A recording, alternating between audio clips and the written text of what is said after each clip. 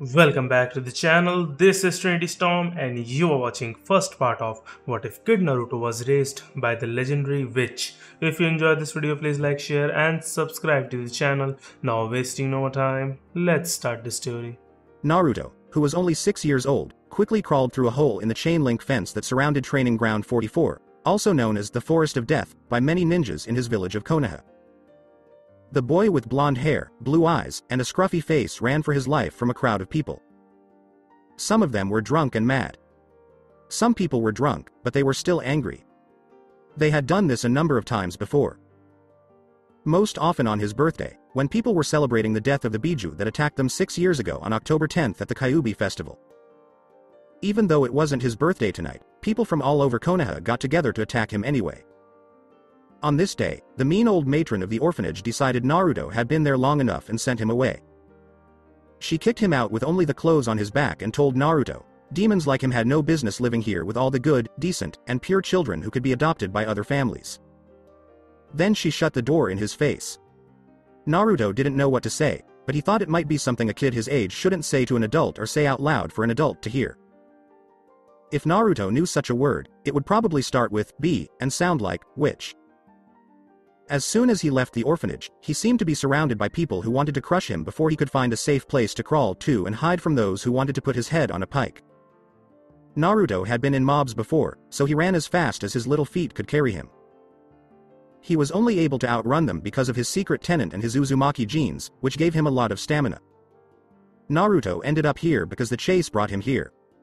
Naruto ran into the Forest of Death and hid behind the largest tree he could find once he could no longer see the fence behind him. Naruto let out a sigh of relief as he fell to the ground. His heart was slowly getting back to normal, and he waited to see if anyone had followed him into this scary place. He had overheard ninjas talking about it.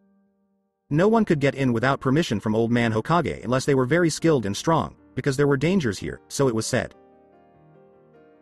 Still, it can't be that bad, can it? Surely the creatures that lived here weren't as bad or as bad as the people who were trying to hurt him. Is that right?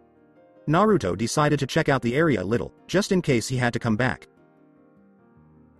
He walked through the Forest of Death and thought it was pretty nice. The Forest of Death seemed to be full of life in a way that the boy thought was awesome. He felt at home there, even though he didn't know why. As Naruto walked through the area, the ground gave way around a small cliff, and he fell down to the grassy area that used to be below him. When the blonde finally stood up, he shook his head and saw an old, dark sword sticking into the ground. Where the sword was, there was a dark spot on the ground that looked like ink. The blonde-haired Uzumaki, who was about the same age as Naruto, grabbed the sword's handle and tried hard to pull it out of the ground. The sword was very heavy, but Naruto was determined to pull it out of the ground and bring it to the old man to show him what he had found. After struggling for a few minutes that seemed almost pointless, the blonde finally got the dark sword out of the ground. But as soon as she did, the sword broke into pieces, which almost made the boy cry. He worked so hard to get that sword out of the ground. That wasn't right. His ideas on the matter were ruined when a dark ink stain on the ground suddenly came to life and started spewing green fire and fear into the air. Animals, bugs, and everything else in the area ran away from this dark thing. None of them wanted to face this dark creature that had just woken up and looked very angry. "I live again," yelled a woman's angry voice that shook the sky and the ground with its power. Naruto could only stand there and stare in shock and fear. Wow. Naruto thought this as he looked at the person in front of him who was giving off a lot of power. It was a woman in all black with horns on her head who held a long staff in her left hand. To think that wretched fairy's sword could do that to me. I guess they were smarter and more skilled than I gave them credit for, the woman said to herself before turning her head to look around. She saw that she was in a strange forest of some kind and then saw the strange boy with blonde hair a few feet away. Hello, Naruto mumbled as he waved weakly at her. In an instant, the woman's eyes narrowed in a dangerous way, and she was on the boy like a shadowy wraith. She grabbed the boy and looked him straight in the eyes, trying to see into his soul.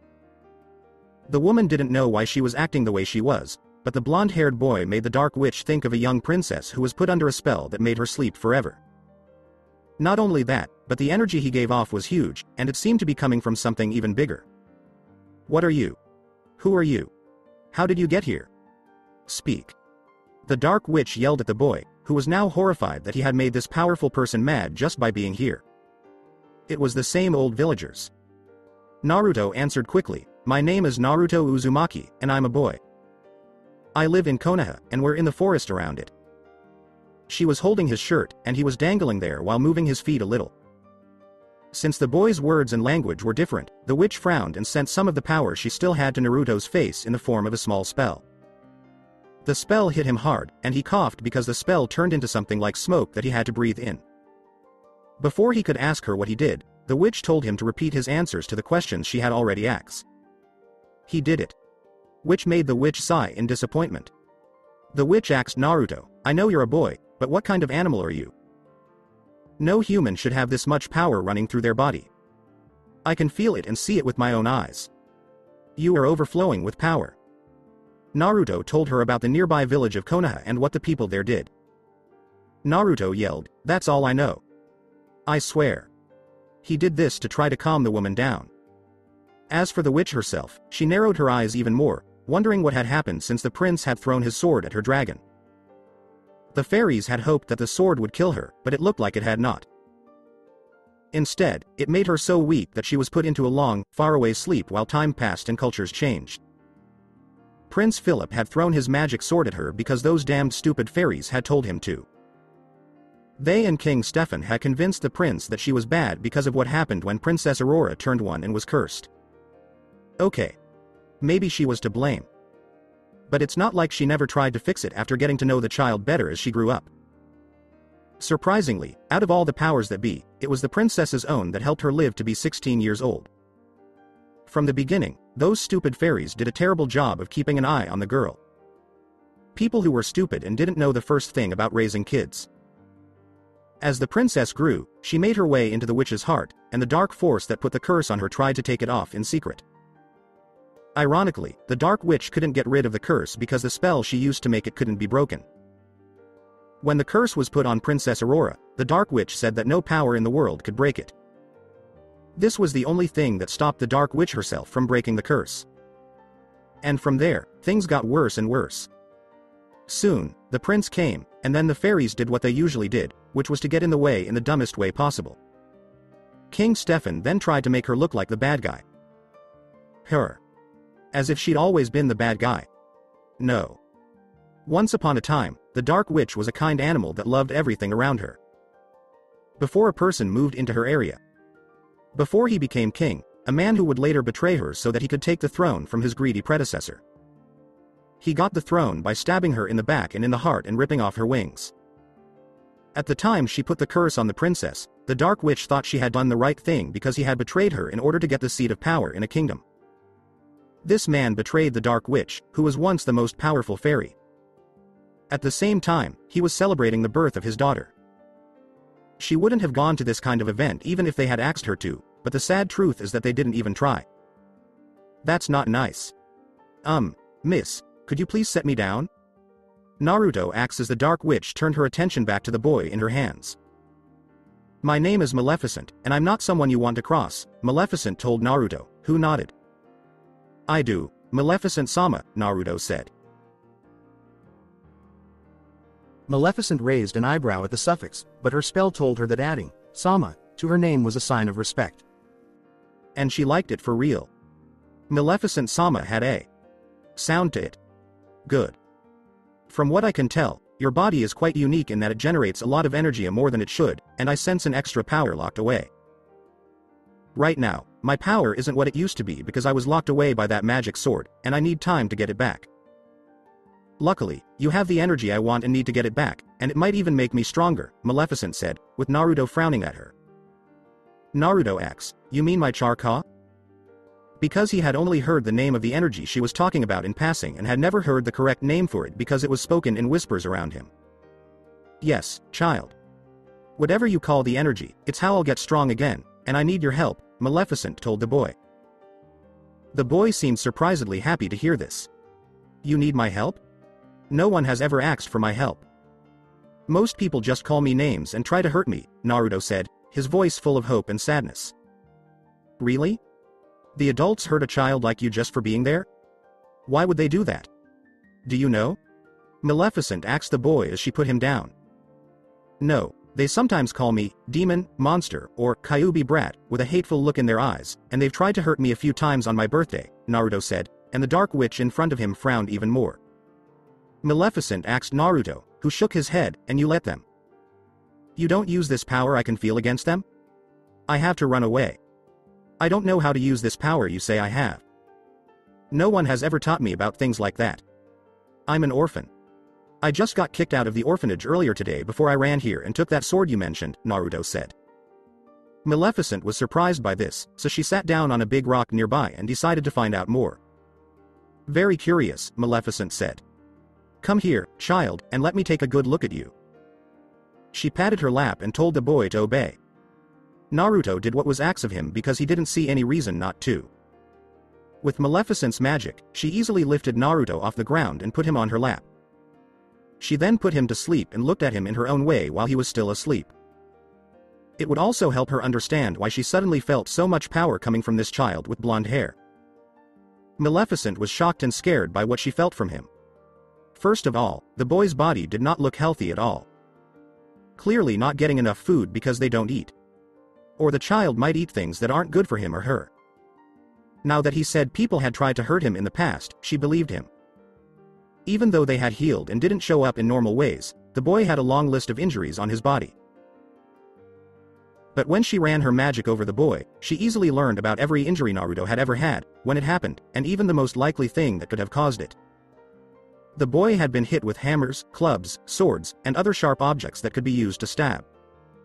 The images were all showing up on the orb at the top of her staff, showing where on Naruto's body they hit. She found the long list of places where they hit him to be quite disturbing. Luckily, that was the only scary thing she found out about Naruto. As for how amazing it was. Someone had actually put a living thing inside of him and sealed it in. A strong one. A creature with so much power that it was much stronger than her. Even at her best, Maleficent couldn't hope to match this power at its weakest, and Naruto could feel the creature stirring inside him with a lot of anger and evil. Maleficent was trapped inside the boy, but she could see that her power was being sent through the strange network that ran through the boy's body. It was impressive, to say the least, that the boy had a huge amount of power locked up inside of him, and it was even more impressive that he didn't explode from having a much bigger power locked up inside of him as well. In his own way, this child was something special. The same as Aurora. Maleficent was good at seeing how special some people were, and this boy was one of those people. As time went on, Aurora's heart softened, and she really did regret putting the curse on the poor girl. Even worse was that they had to tell the girl the truth when Aurora asked what those 3 idiot fairies told the princess about what happened on the day of the princess's first birthday party. The only real good thing about what happened next was that she killed the stupid king in her dragon form at the end. She wanted to bring the prince to Aurora to break her curse on the girl, but the prince listened to the fairies and used that stupid magical sword instead. One of them said, "Throw it. Kill her." They told her. She didn't dislike Prince Phillip in any way. He really did care about her. Even with all the fighting and confusion about who was the enemy, that much was clear. After Aurora woke up from the short sleep caused by the curse, she might have been able to see the truth and forgive her much. Darker Fairy Godmother. Maleficent hoped that Aurora and Prince Phillip would be happy together. Ka-san, Naruto whispered as he curled up closer to the black woman. He called her mother in his native language, which surprised Maleficent. Me? A mother? The closest I came to that was with Princess Aurora. Do I even want to try again with this one? Maleficent asked herself as she gently stroked the boy's blonde hair, and Naruto did his best to get close to her. Naruto whimpered, "Don't leave me, Ka-san. I'm not a monster or a demon. Please don't leave me." As he grabbed her dress and made the woman's eyes soften a little. It was clear that the village this child lived in didn't love him. She would guess that it had something to do with the creature inside of him. It could have been done by someone in the village. It made Maleficent wonder how strong people have really become since she left the world. How did they get to be so powerful?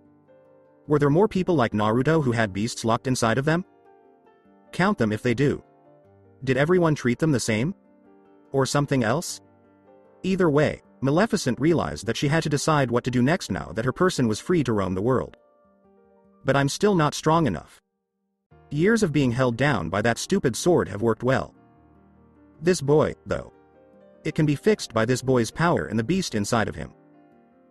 It will take some time, but it's nothing I can't handle if I'm in the right place and no one is looking for me. No. Find us, Maleficent thought as she smiled softly down at the poor boy who was sleeping with his head on her lap. The child would go with her. Maleficent would take this boy in as her own child. But first, she had to get rid of the two ninjas in masks who were watching her.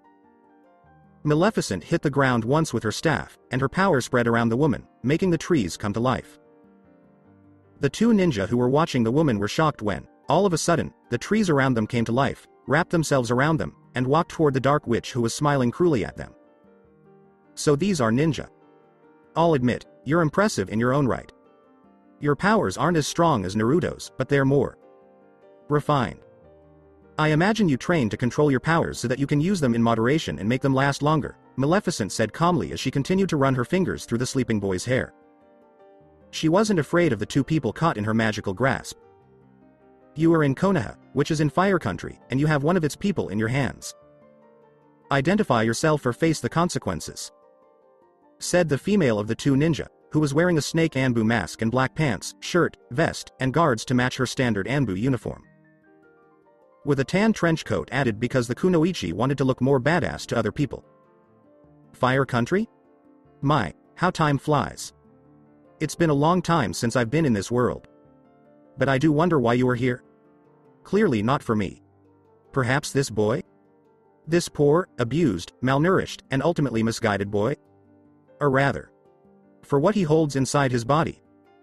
Maleficent acts, as both Anbu stiffened in the tree branches that held them. She knows, the man in the weasel mask said in a calm voice. Of course I know. After the boy told me how he was treated, it was only fair that I use my power to find out why he was hated so much. Imagine my surprise when I learned that someone had sealed a powerful entity with incredible power inside this child.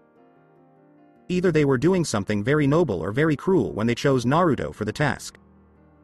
I can only assume it was the latter because your village has treated this child like trash. The female Anbu asked Maleficent, "What do you want with Naruto?" Do you want him for the Kyuubi? Maleficent laughed. Kyuubi? Oh, so that's the creature's name? Or maybe it's a title? It sounds more like a title to me. But I don't really care about the creature inside the boy. I think removing it will kill the child. All that power ripped out of him would just destroy his body in a way no one would dare imagine. It would be like being set on fire from the inside out, but 1,000 times worse and 3 times more painful. You can't adopt him or take him with you, said the man with the weasel mask of the two Anbu, while Maleficent laughed. Oh no, you two seem to think that if you tried to stop me, either of you could do it. You can't, Maleficent said, her voice now cold and her amusement gone. The two Anbu could see their breath coming out of their masks. He is an important part of Konoha. Even without the Kyuubi, Uzumaki Naruto is part of an important legacy that you can't even begin to understand, said the weasel-masked Anbu as he tried to use his dojutsu to figure out what he was seeing. He could only see dark chakra. Chakra is dark green. In fact, he saw that small amounts of boy's chakra were leaking out of his body and into hers. Also, not just Naruto's. But so are the Kyuubi. He was giving her chakra without knowing it. I'm sure he has an important legacy. I've seen it in his eyes. The boy will walk a path of greatness. He has a great destiny ahead of him, greater than any I've ever known. But this village will never let him reach his full potential, or even give him a chance to fulfill it, because they will see him as a threat to their so-called positions of power. Am I wrong? Maleficent asked the Anbu, who were silent for a moment. Their silence told her all she needed to know. We still can't let you take him from Konoha, even if you were his surrogate mother, the male Anbu said as he tried to figure out how to get out of his chains. As if you had the power to stop me, Maleficent replied, still watching them with a calm look in her eyes. You don't give us or our skills enough credit, and that will be your downfall here, said the Anbu with the weasel mask in a calm voice before he turned into a flock of crows. That's cool. Someone who knows something about crows. It makes me think of my poor pet and maid. Such a good worker under him. So true. One of those cursed fairies turned him into stone, which is a shame. Still, this shows me how to stay alive longer in this world. Not to mention, I'll have to make sure my new son is strong enough to stand on his own when he's older, thought Maleficent as she felt a male Anbu hiding in the shadows behind her with a sword. How can this weird woman be so calm? Weasel is coming up behind her with his sword ready to cut her down, but she acts like nothing is wrong, thought Anbu, the snake, as she saw the woman smile at the whole thing and show no sign of fear. Your stealth and mastery of moving in the shadows is impressive, young ninja, but when it comes to the dark, I am the true master, said Maleficent as she hit the ground with the end of her staff and froze the male Anbu in midair before making him float a few feet in front of her. How can you do this? How can you use chakra in such a way? Asked the Anbu as Maleficent raised an eyebrow at him. Chakra? So that is what you call this energy running through your bodies. Interesting. Naruto pronounced it differently, though given his age, I imagine he was not told how to say it properly. I would be impressed if he even knew how to read and write. Given how people hate the boy so much in your village. I highly doubt it. And that my dear ninjas is most upsetting to me, remarked Maleficent while she eyed the male Anbu with a cold smile that made the man nervous. This smile told those she thought deserved it that they would hurt. So, what are you going to do with us? If we don't get back soon, our leader, the Sandaime Hokage, will send more, and I doubt someone as strong as you can handle an army of ninja, said the snake Anbu, and Maleficent's smile faded a bit at the thought of facing so many of these ninja and their leader. Maleficent wasn't so arrogant to think that her power could take on all of the ninja in this nearby village.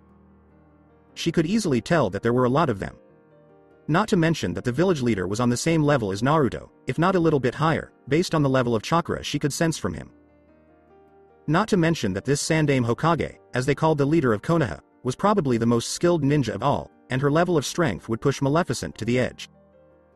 Still, she couldn't let these two go back to Konoha to report, and the former queen of the fairies was sure that the small army of ninja from Konoha would come here anyway since they hadn't done so before. Maleficent needed a plan, and she thought of one when she saw the weasel change into a flock of crows to get away from her temporary tree minion's branch. What am I going to do with you? Asked Maleficent. That's a good question, my dear. I could just kill you. With a flick of my wrist, neither of you would exist in this world anymore. But why would I do that? I need subordinates and teachers for my new son to teach him how to be a ninja, she replied, and both Anbu looked shocked. The snake Anbu was angry and said, as if we would ever willingly serve you and betray Konoha. Maleficent laughed at her. Willingly? You silly girl, I never said you would serve me willingly. I have a much better plan in mind, Maleficent said before she aimed her staff at the male Anbu and shot a blast of magic at him. And to the snake Anbu's horror, her partner in this mission to get Naruto back had turned into a crow, and the Anbu mask had fallen to the ground.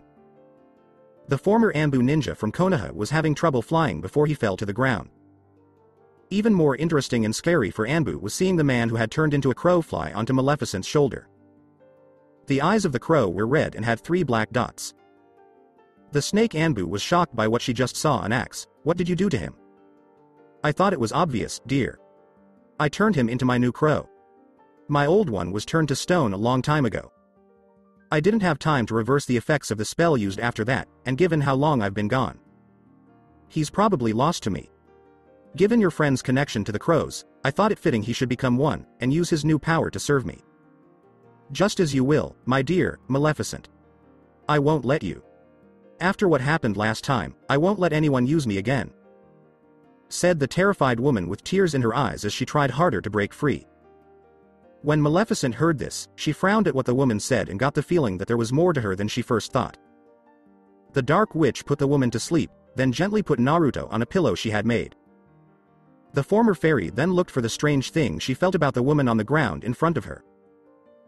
Maleficent was able to figure out that the source was some kind of bad energy or chakra because it was near the woman's neck when she put one finger on her back. Whoever or whatever made this thing used nature in a crude, even barbaric way, and even had the nerve to leave a piece of its soul in the woman's body. How strange. Maleficent frowned even more and reached out to touch the seal on the woman's neck. As soon as she did, she felt something dark and bad behind the seal trying to take some of her power. It was like a leech in the way it tried to get things done. The thing failed because it was too damn weak to take what didn't belong to it, and Maleficent was also too strong for this thing to drain from the beginning. So you are the little beastie that is making this woman's life miserable. I can only assume she wears this snake mask to hide her identity so she can live a normal life in her village, but that can't last forever. Having you here if I make her my new pet like this one may hurt me in the future. I can't do that. Still. How to get rid of you? Maleficent asked the little beastie. And, in the end, changed the shape of the seal itself. Changing it so that the woman was now bound to Maleficent instead of the creature that gave her the mark. Once she was done, Maleficent made a circle with her right index finger and turned the woman into a long snake like a python. It made sense because the woman was wearing an ambu mask and the dark witch could feel a connection between her and the snakes, just like she could feel a connection between the other woman and the crows. When he woke up his new pet snake, the snake looked around and then at Maleficent. For a second, the snake's eyes glazed over and green magic fire came out of them. When it went by, the snake nodded to show that it understood and slithered up the dark witch's free arm. Naruto whispered, "Ka-san?" as he rubbed his eyes in a sleepy way. He was wondering if the woman he had just met had taken her in like she did in his dreams or if it was all a dream. Until he turned around and saw Maleficent smiling at him. Maleficent asked the boy sweetly, "Yes, my son?" as she saw the boy's eyes light up when she called him her son. What are you going to do now? I mean, now that you're my Ka-san? Do you want to go into the village and talk to the Hokage? Naruto asked while Maleficent smiled softly at the boy, who didn't seem to notice that she now had a crow on her shoulder and a snake on her right arm. As tempting as it would be to talk to the village leader, I have a feeling that the idea of being your mother would be most unpleasant for him, my son. While you were sleeping, I decided that the best thing for us to do right now is to travel the world and see what I've missed since I left, Maleficent said. Naruto frowned, not because she didn't want to go back to Konoha, but because she didn't trust the Hokage. How come? He was a nice old man.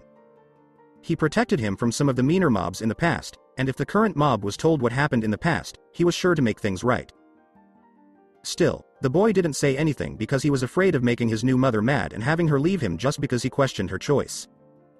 His new mother seemed to know something he didn't, and he wasn't going to ask the one who was clearly smarter.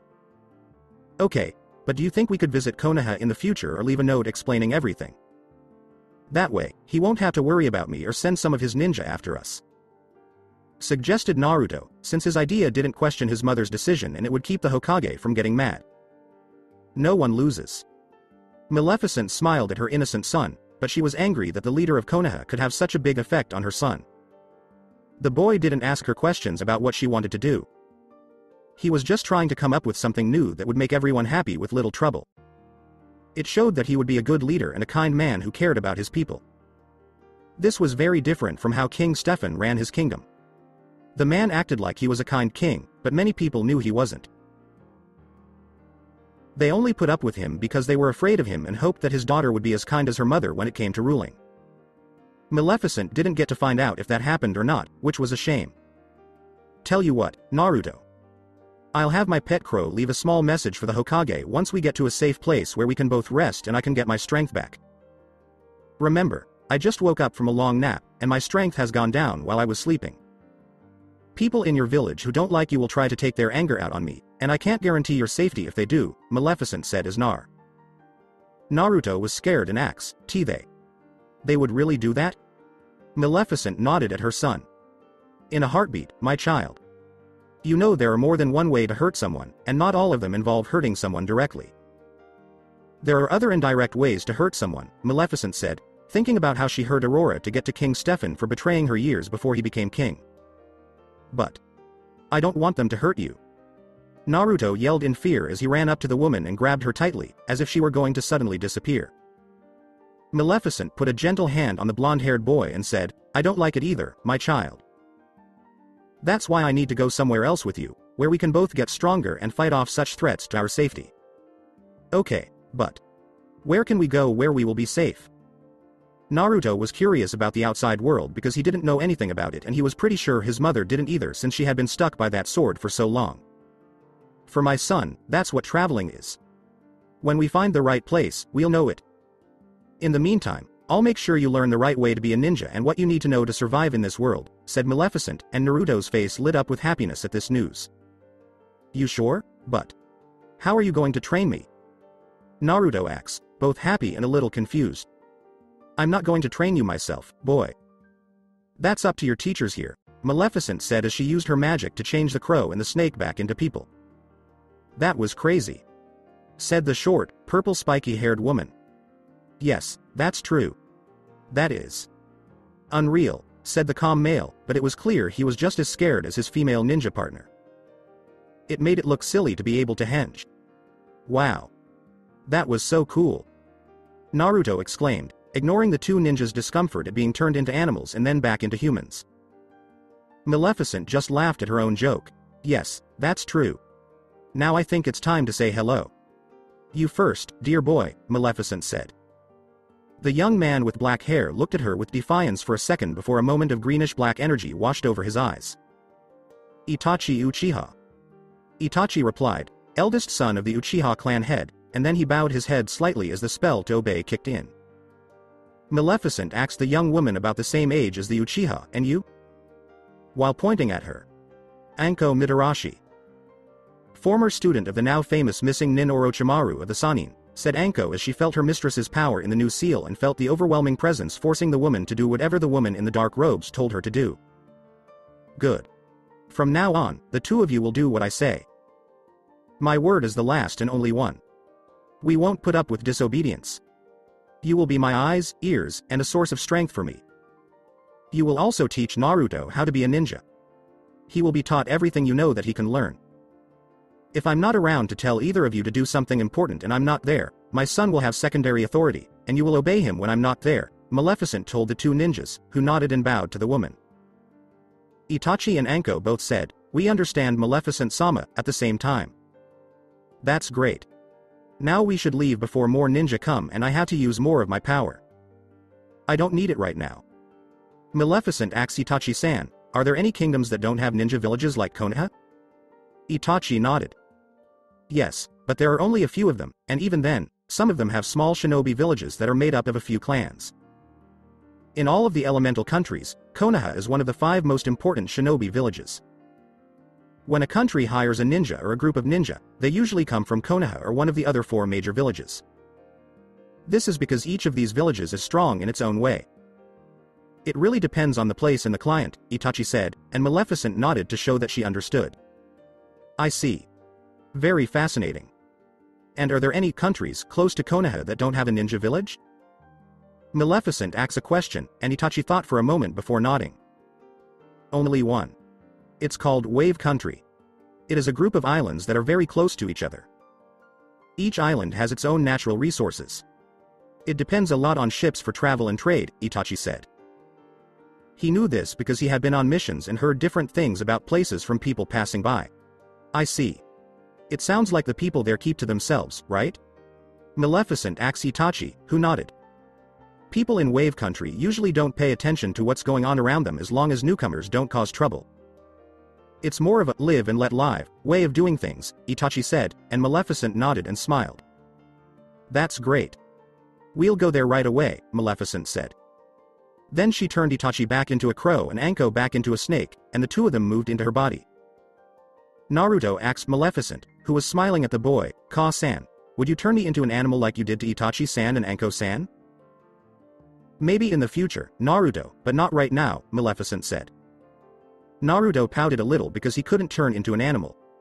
He saw himself turning into a fox for some reason. Naruto said, okay, in a sad voice, right before he felt his new mother's hand on his shoulder. No, son, none of that. We have a lot of traveling to do and are running out of time, Maleficent scolded, and Naruto nodded, knowing that his mother was right. Okay. Let's go to Wave Country. Naruto said happily. The woman in front of him, who was his new mother, was smiling softly, and Maleficent offered the boy her hand, which the child took without question. The path that these two would take would change a lot of things in the elemental countries. Maleficent and her small group went slowly to Wave Country, moving with the ease and grace of royalty. She could easily use her magic to bring them to the coast, where Wave Country was, but it would take a lot of her strength, and she might need it soon. Anko or Itachi had told her at night when they were resting that in the world today, there are no longer knights to protect kings. Instead, samurai protect the daimyos of their respected lands. Even though the names changed, their jobs stayed the same. Only ninjas were different. Who would have thought that a group of people who used to work in the shadows for their country could benefit so much from this idea? To see what wasn't usually seen. To hear what other people couldn't. To kill someone when no one else had the heart or courage to do so. Aside from that, during that time, Maleficent did her best to teach Naruto, but most of the work was done by her two subordinates.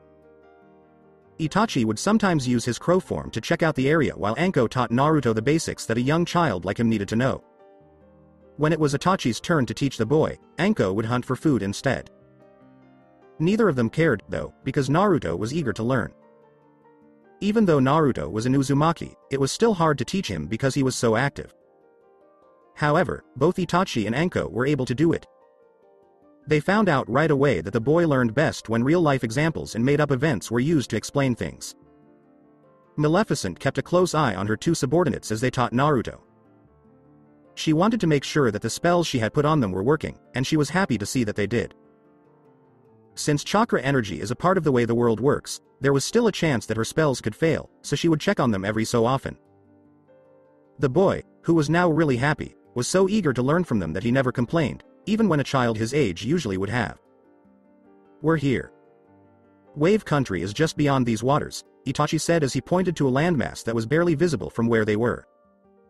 Itachi shook his head when Maleficent asked, "Is there a harbor nearby where we could take a ship?"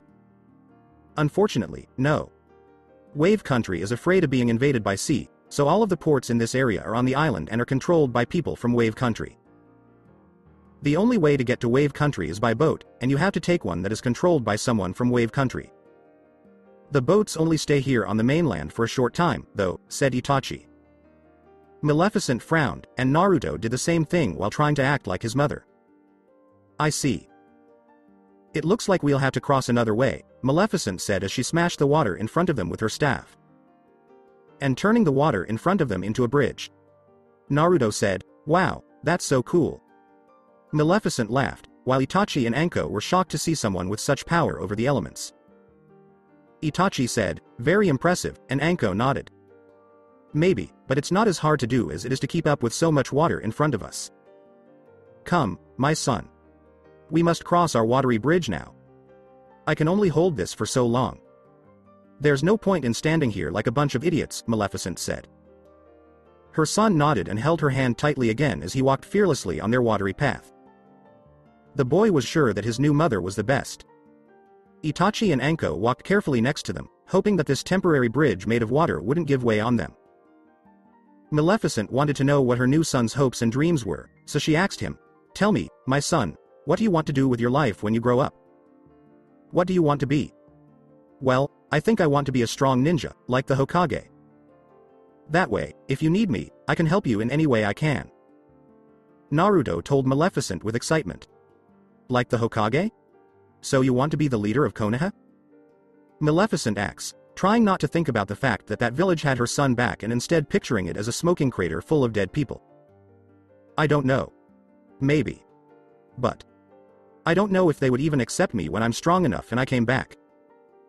I think I would like to be like him, but with a village of my own if I have no other choice," Naruto said. He had heard that ninja who left Konoha without permission were bad and that those who came back were punished badly. And since Konoha already didn't like him, it's likely that he would be punished twice. "Like the Hokage and Konoha?"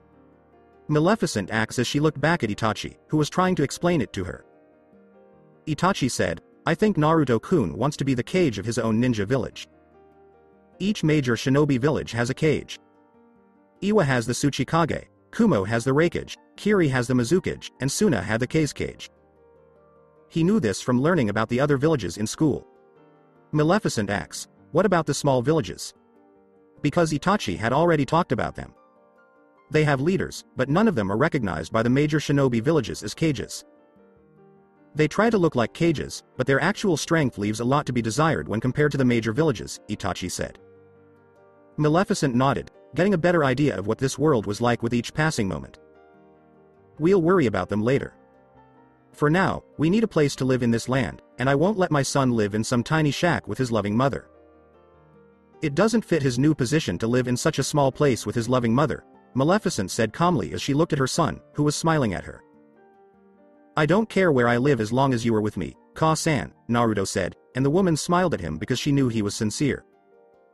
"That's nice of you, my child, but as your mother, I won't settle for a small home." You'll need a lot of room to grow and train to be a strong ninja or warrior, depending on what you want to do with your life, Maleficent said in a tone that made Naruto realize it was one of those life lessons kids should listen to when an adult talks to them. Naruto said, "Okay, I think I get it," but it was clear that he was still trying to figure it out. "Not quite, but don't worry, my son. You will learn in time," Maleficent said before they reached land and the bridge, which was made of water, fell apart. Itachi and Anko didn't ask whether or not their mistress did that on purpose. Itachi said, "Given your status, Maleficent-sama, I would suggest we look for the Wave Daimyo for a place to live that fits your station." He didn't know what that station was, but he guessed that a woman with that much power had either been an advisor to a ruler in the past or had been a ruler herself. Agreed.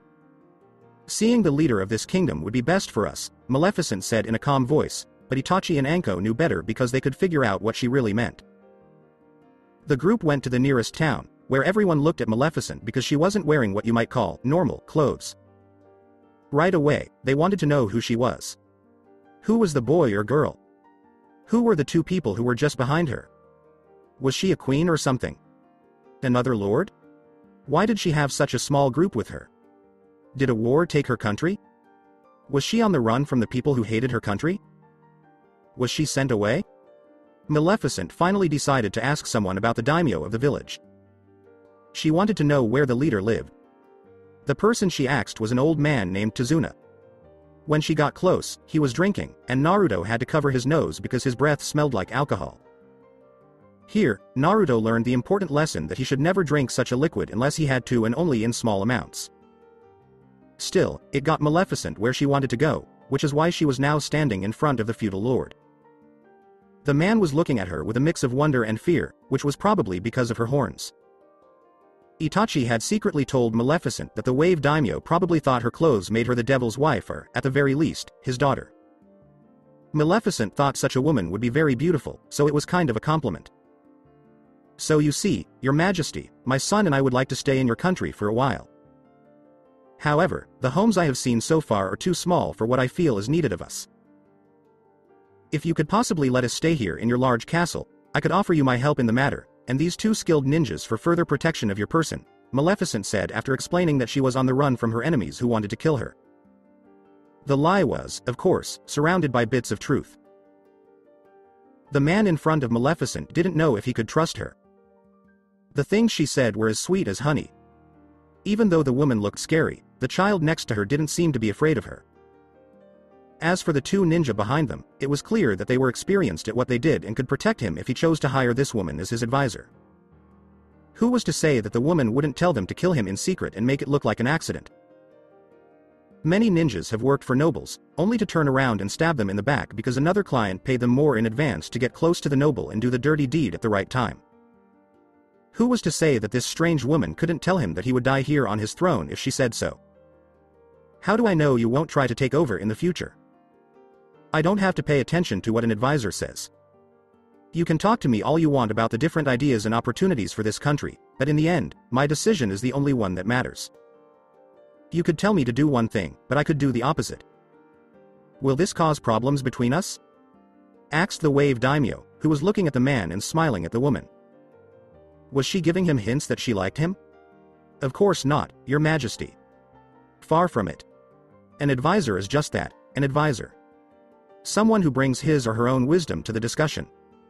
Whether the recommendations of the advisor are taken into account is up to someone like you to decide.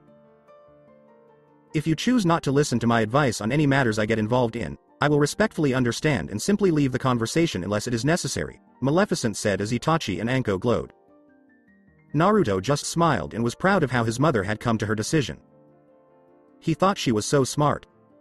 "I see. Okay, I'll let you, your son, and two ninja bodyguards stay here in my castle under my protection as my advisor. However, your authority will never replace mine in matters of my country. Do you understand?" said the Wave Daimyo as the horned woman immediately bowed to him in agreement. "Of course, Your Majesty," Maleficent said, but inside she was laughing at how stupidly this man thought he was the most powerful person in the world. In 1 month, it would be the complete opposite. She would be very sure of that. No one has ever been in charge of the evil Maleficent for a long time and lived to tell the story.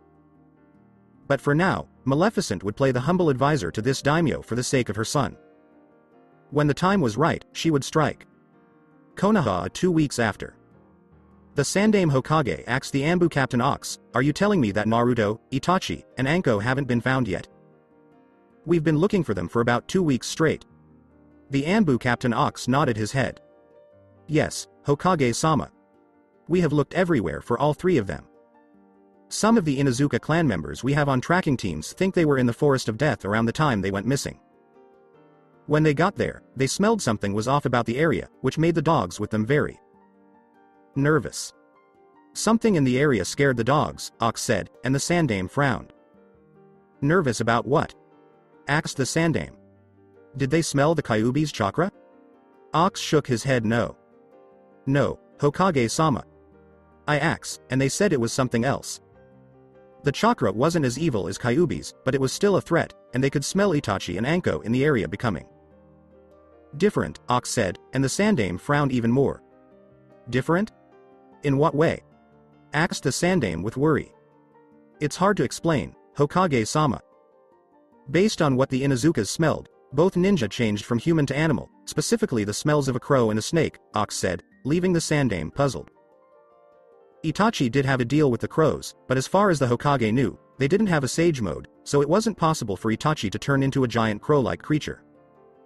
Even for a prodigy as young as Itachi. As for Anko, snakes were in the field of Orochimaru, his former student who turned out to be a traitor. Just awesome. This was going to be a big deal for the councils. First, they would say that Anko was Orochimaru's spy and demand that she be put in the bingo book. They would also say Itachi was a traitor, and the Uchiha clan would be looked at with even more suspicion after the Sandaime's so-called advisors said the Uchiha clan was linked to the Kyuubi. When that name was brought up, it would really get them all worked up because many of them wanted the Uzumaki boy dead, saw him as a mindless tool to be used as a weapon of war, or didn't want to get involved unless it was in their best interest and they didn't want to be called demon lovers by the rest of the village. "I see. The bad chakra they smelled could have been Orochimaru, right?" asked the Hokage. Ox shook his head no. "No, Hokage-sama. The chakra scent was not Orochimaru's scent or his chakra signature. It was something else entirely," said Ox, and the old cage sighed at this news. "At least it's not that," she said. "Anko is easier to save than Itachi and Naruto. Many people will think that the fox somehow took control of the boy, called a loyal servant, and turned 2 of my ninja into animals to trap them. I don't know what I'm going to do," thought the Sandaime, who had to fix this situation. "We also have the matron in custody, Hokage-sama. She was trying to defend her right to kick any child out of the orphanage at any time. The woman says you have no right to punish her for throwing the Kyuubi Jinchuriki out. Also, around the time she did it, the mob we caught was forming and chasing the boy into the Forest of Death. At least 3 people from that mob mentioned her name," Ox said with his eye on the Hokage. "Did you say that? That sets a bad example for the kids in all of our orphanages. Send her to Ibiki. I want to know what she did to Naruto and how that mob we heard about and caught came together so quickly to chase the boy," said the Hokage. Ox bowed and left in a cloud of leaves. Jiraiya said, "We messed up, sensei," as he looked out the window. His sensei looked at him and nodded in agreement. "I know, Jiraiya. I tried to keep things from getting worse, but as the years go by, I get older," the Sandaime said in a tired voice. "Why did you take the Uzumaki clan out of the history books? You know that was a direct slap in the face to the Uzumaki clan. Not to mention Kushina and Mito. If they were alive right now, the 2 of us would be beaten to death, brought back to life with the Edo Tensei, and killed violently all over again," Jiraiya said, and his sensei nodded in agreement. "It was done to protect him. I agreed to the terms on the condition that Naruto would be able to access this information when he was old enough and strong enough, or when he became a Chunin," Hiruzen said, while Jiraiya laughed at the compromise. "Like the village will let him live that long or be that strong from the start. And do you really think those around you on the councils will honor such a promotion if Naruto became a ninja, much less a Chunin? They would look for any reason to keep him from advancing in rank, and if he does reach Chunin, they will find a way to get the poor kid demoted the first chance they get. No longer a Chunin. Now Naruto is with Kami knows who, and Kami knows where Naruto is. Not to mention that Itachi and Anko are in the same situation," Hiruzen said, knowing that this was going to cause him a lot of trouble in the near future. "Perhaps we can make this work." At least in a way that stops the Uchiha clan from doing what we've heard they want to do. If they're true, as our spies said they were, that is. It's too bad he got caught up in all of this, said Jiraiya, and Hiruzen agreed. Yes. Itachi is the oldest son of the clan head and a prodigy. His father hasn't seen him in years, so he is very worried about him. We need to play this game with the idea that Uchiha Itachi was taken by an unknown enemy.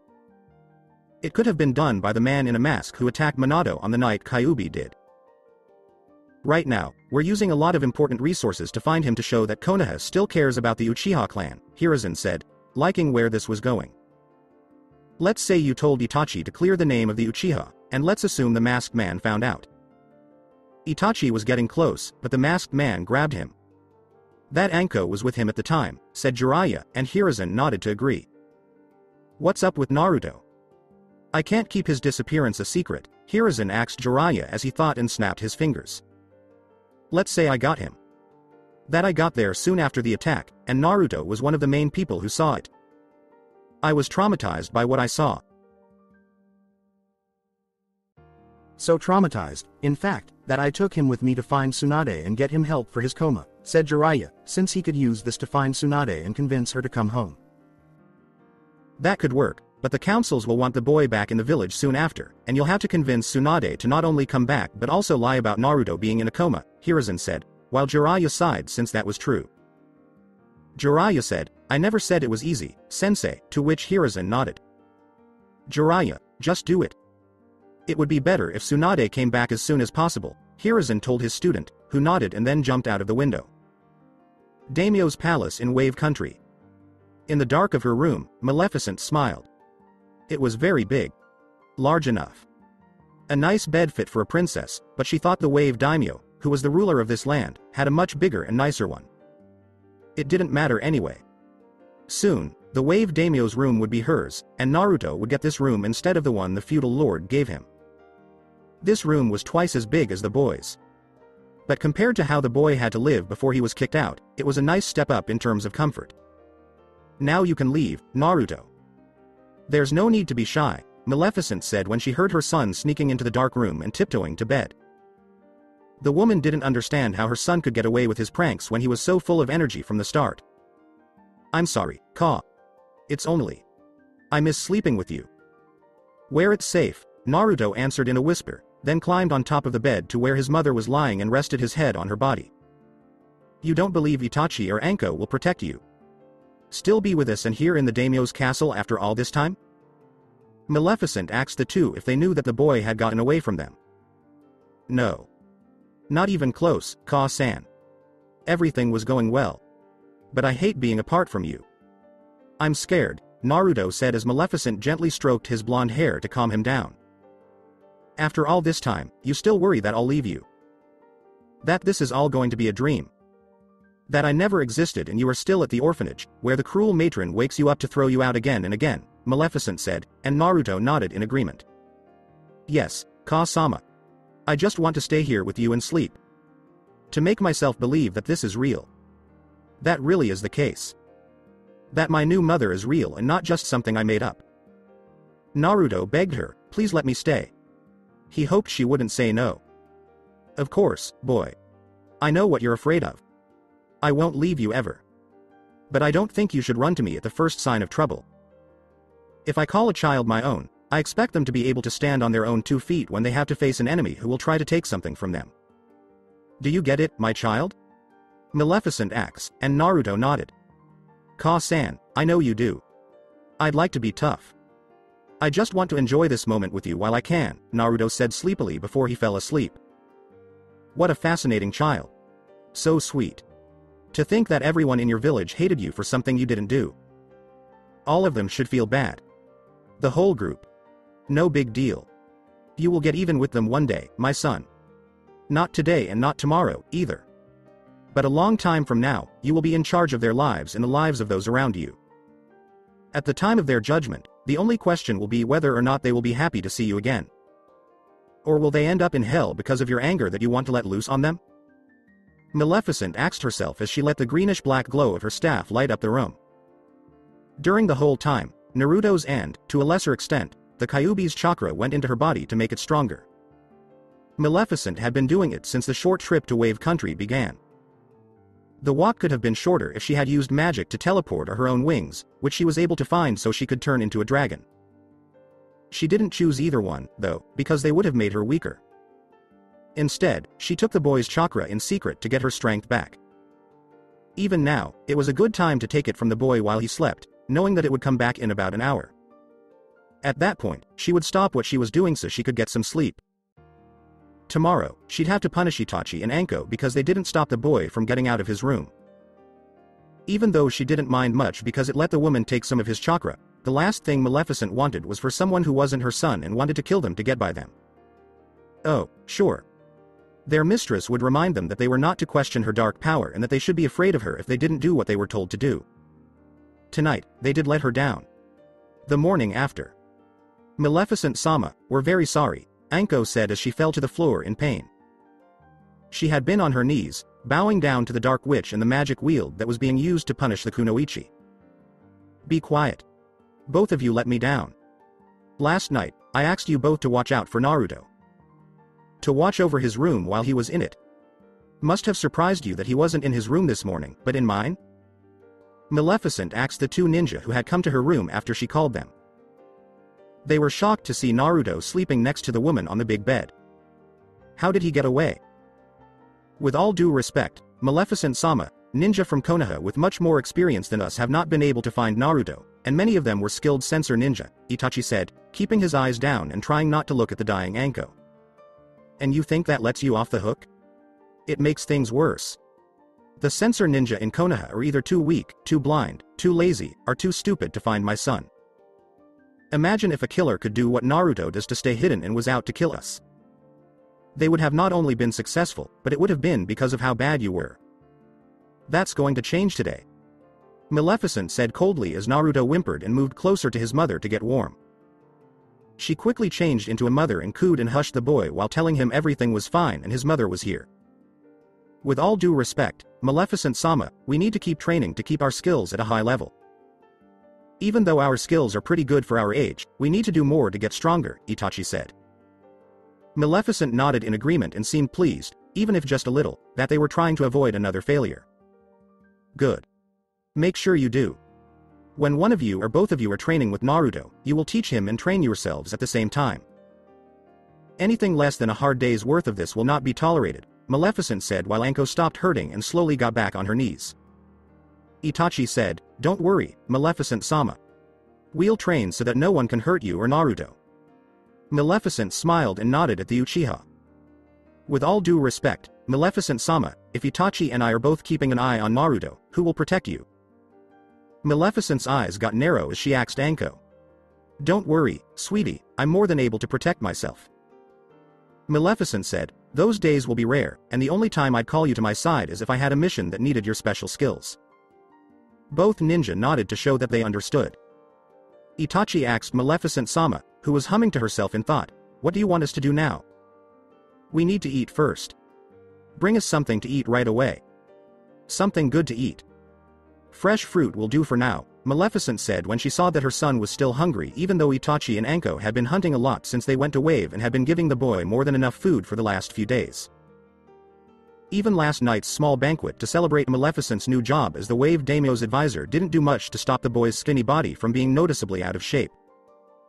Though it did add to the story they told the feudal lord about how they were on the run and how hard it had been to get to a safe place. Itachi answered, yes, Mistress Maleficent-sama, before he and Anko left to get something for their mistress. Ka-san, Naruto whispered as Maleficent glanced down at her son. Yes, child? Maleficent asked in a curious way. Naruto asked Maleficent, who was quiet for a moment, do you know why people in Konoha hate me? Maleficent asks, why do you ask? Naruto took a moment to decide if he should say anything. As we were traveling here, I heard some things. I always keep myself a little bit awake when I sleep at night, so I heard you talking with Anko-san and Itachi-san. You told them about the Kyuubi, me, and a seal all in the same sentence, Naruto said. This surprised Maleficent, who didn't think he would hear that conversation. That kid is so smart. But, to answer your question, son, the answer is yes. I do know why people in your old village didn't like you. I see why they were so mean to you, Maleficent said, as Naruto gripped her smooth black clothes even tighter. Can you say? I want to know, Naruto said, because he thought it was only fair that someone tell him the truth about why people hated him. Alright, child. I will tell you what Itachi and Anko told me. Everything began on your birthday. On the night of the 10th of October. A night that would kill many people and make many people in Konoha hate you for no reason, Maleficent said. She then told him what she knew about what happened from Itachi and Anko, who were in the village that night, and used the orb on her staff to show him what happened. A woman with red hair named Kushina was in pain after giving birth. A man in a mask with a Sharingan like Itachi's and the name Uchiha Madara shows up and kills the woman's guards and midwife.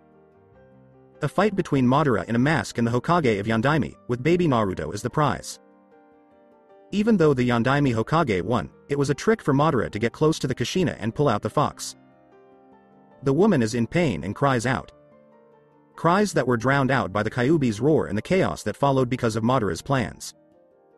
In the next battle, the Yondaime took the fox away from Madara's control. The Kyuubi hears the cries of a baby echoing through the night. The Biju looks like it knows what will happen if it doesn't do anything. The Biju moves its big clawed paw to kill the child. The man and woman move to stop the claw, and both of them get hit. They use their last bit of strength to seal the hole.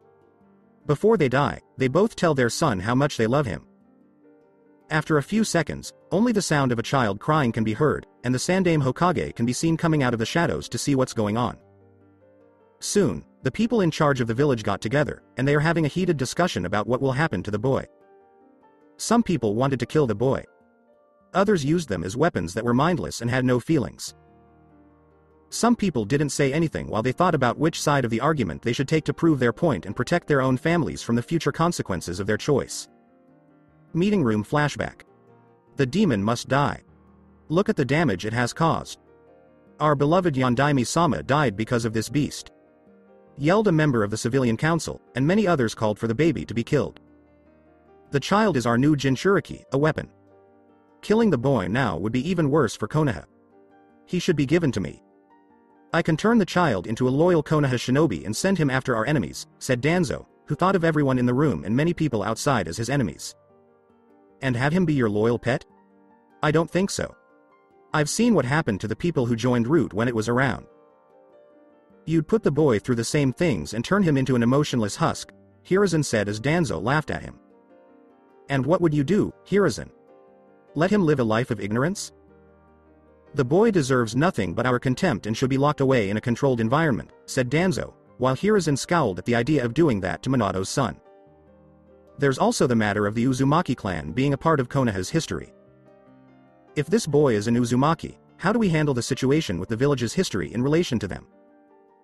Asked Shibi, who had no problem with the boy being alive or even a Jinchuriki, but he knew that the boy would want to learn more about his family when he was old enough, and that the last name could make things difficult with the rest of. Haruno Sakiri was angry at the idea that Kushina should be allowed to live in Konoha after leaving Whirlpool before it fell. Simple. We get rid of it. Every piece of information about the Uzumaki clan should be destroyed. They are dead. They are extinct. We don't need to honor those foreigners and freaks from Whirlpool. He said. Are you crazy? The Uzumaki clan has kept Konoha alive and strong since the village was founded. Uzumaki Mito was the Shodem's wife.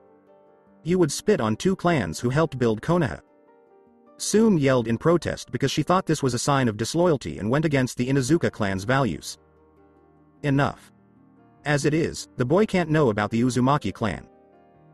At least, not while he is growing up. Since there is no one else in Konoha who is Uzumaki except for the boy, no one can teach him what he should know about his clan. He will have to wait until he is old enough or strong enough to take control of everything related to the Uzumaki clan. Then, Naruto will be told about the Uzumaki clan and given. Hiyashi asks, what about the boy in general? How will he be raised?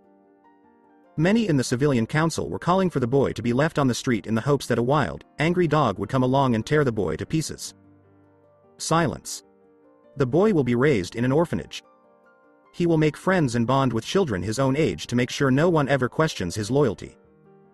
Also, no one is allowed to tell the younger generation that Naruto is the Kyuubi Jinchuriki. It will make them hate and fear the boy, which will cause more problems in the future. Anyone who goes against this decree will be executed, no matter their rank or position.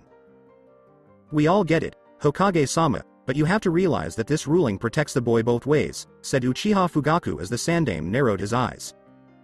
Explain. Hiruzen said in a cold voice. If your laws are meant to protect the boy from violence, then they should also prevent anyone from helping him. The boy must stand on his own 2 feet without help from you or anyone else in Konoha, said Fugaku, who had long since adopted the Uchiha Madara way of doing things about how the Uchiha clan was supposed to be the strongest. The policy of sink or swim. I agree. If the boy is an Uzumaki, he needs to go through the hardships of being a Jinchuriki. No one can hurt the boy, but no one can help him either, Danzo said with a smirk, knowing he could use this to his advantage.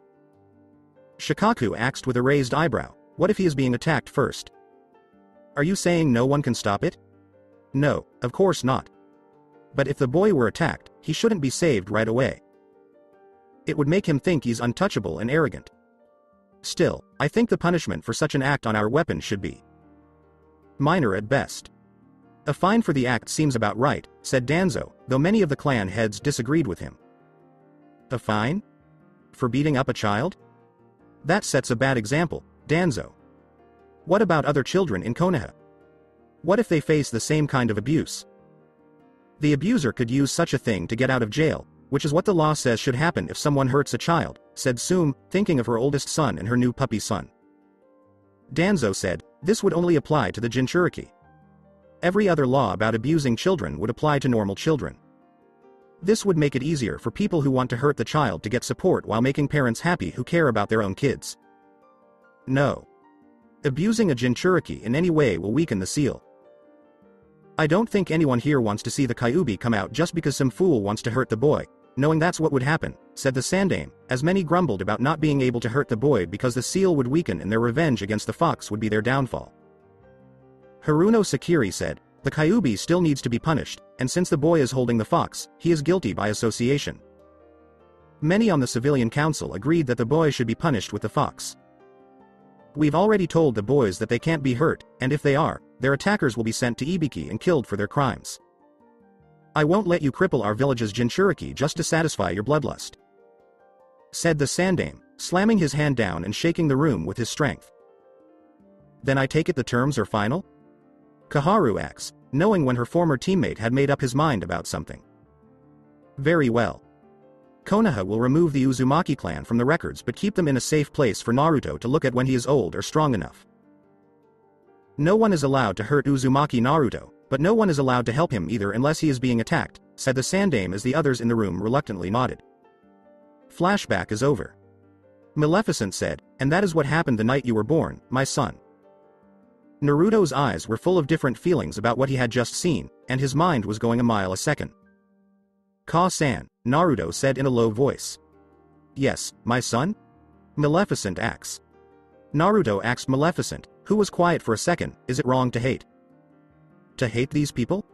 No, or at least only in small doses.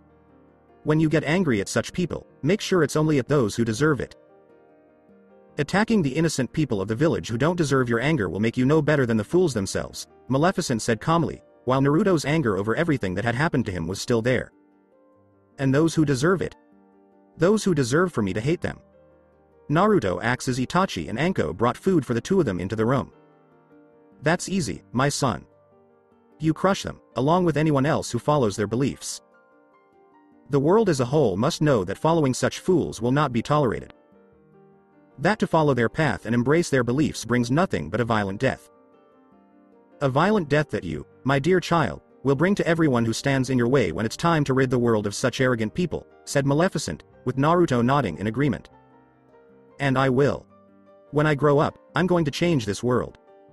I'm going to make sure that fools like them don't live here anymore, Naruto whispered as if he had been taken over by an invisible force. I know you will, my son. I have seen it. You will march on this world with a fury like no one else besides me. You will destroy your enemies one by one. You will crush those who would deny you your heart's desire, your happiness, and the right to fulfill your destiny, Maleficent whispered with glee as she could feel her son's chakra rising with emotions. Naruto whispered, "I can't wait," as he thought about how angry he would be when he grew up and people tried to hold him down like an animal. "Patience, my son. Patience. All good things come to those who wait," Maleficent said in a soothing voice as she beckoned Anko and Itachi to bring the food. "What does the Wave Daimyo care about you, Maleficent-sama?" asked Itachi. "He won't trust you to stay in an advisory position for long. If you suddenly become the new ruler of this country, it will look suspicious." Maleficent smirked at the Uchiha prodigy, who was interested in her. "Of course it would, which is why I won't try to take his place. I plan to do exactly what I said. I'll give him advice and lead this land to prosperity," Maleficent said, leaving Itachi and Anko puzzled. "Maleficent-sama, we know you want to rule this land instead of just advising the current daimyo. The only way you can do that is if the feudal lord has no heirs to his throne by blood and tells his people who he has chosen for the job," Anko said, and Maleficent nodded. "An appointment that is usually made by the advisor of the late ruler." "I know, my dear. I am familiar with how kings, queens, and other rulers take over when there is no blood heir to the throne. This is why advisors are kept at a distance in case they become power-hungry and want to be the ruler instead of the advisor to a ruler," said Maleficent, making Anko look a little embarrassed. Itachi asked Maleficent, "So, how do you plan to become the new ruler of Wave Country?" Maleficent smirked at him again in a sneaky way. "Simple. I'll be the man's ever-loyal and faithful advisor until he dies in a way that will surprise everyone. As for how he'll die, I'll leave that in your capable hands with those eyes," Maleficent said, knowing that they were special because they had been used by someone else to influence the Kyuubi. To control a simple person would be easy as pie. Itachi thought like his mistress, so he came to the same conclusion. "You want me to kill the Wave Daimyo?" "Of course, but not right away because, as you said, it would look suspicious and the news would spread quickly.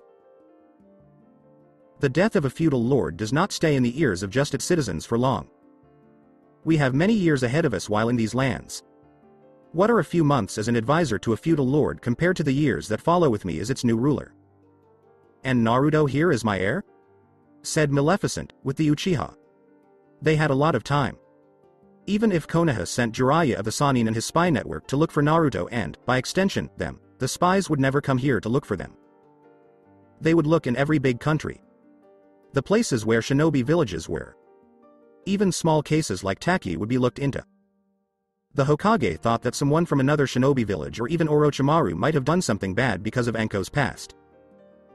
Maleficent was sure that the Sandaime Hokage, who had been in charge of Konoha for a long time and learned a lot, would look in all the wrong places. That he would look into Iwa, Kumo, and even Kiri, despite the growing civil unrest caused by the tyrannical Mizukage's bloodline purge there. Like Naruto, the Mizukage was a Jinchuriki. Even if the Sandaime found out where Naruto was, Maleficent would have taken over as ruler of Wave Country by then, making Naruto her heir to the throne. Under international law set up by the feudal lords of the 5 largest countries, Konoha would have no right to Naruto, and it would be even worse for them all because Naruto would one day try to take everything that belonged to him that was still in Konoha. In short, Naruto could take away from Konoha everything important that the Uzumaki clan had done for the shinobi village since it was first built. Which was more than 2/3 of Konoha itself, including seals, the whirlpool symbol on Junin vests, and almost everything else that wasn't fixed in the village period. All of this could be done through political means, and the Fire Daimyo would be forced to agree. If he didn't, it would make him look bad in front of his fellow daimyos, who would call him out on it. It would also make the feudal lord of Fire Country look bad to the rest of the world. When that happened, everyone in Konoha would be in trouble. Itachi said, "When I strike, Maleficent-sama, you can't know what I'm doing. You have to be able to say you didn't know the Wave Daimyo died," and Maleficent agreed. "I know the game well, Itachi. Just do your part when the time comes. When it's time, I'll give you the signal. It's up to you how you want to kill him in a way that doesn't look suspicious," said Maleficent. Itachi nodded, since it would be easy to kill the Wave Daimyo from a safe distance with his eyes. Now, all that was needed was the right day, time, and a sign from Maleficent for it to work and make the woman the new ruler of Wave Country. Maleficent was sitting on her soft throne. In fact, it was pretty comfortable. Her staff was in one hand. On the other hand, she had a Sharingan Eye-Crow. A snake wrapped itself around the woman's shoulders and kept an eye on everything and anything. Naruto, her son, sat next to her on a smaller, but no less royal, throne and watched everything with his own blue eyes. Naruto had grown up quickly over the years. He was now a healthy young boy who, thanks to his mother's care and the training he got from his two ninja senseis, was quite strong for his age. He was 10 and would be 11 in a few months.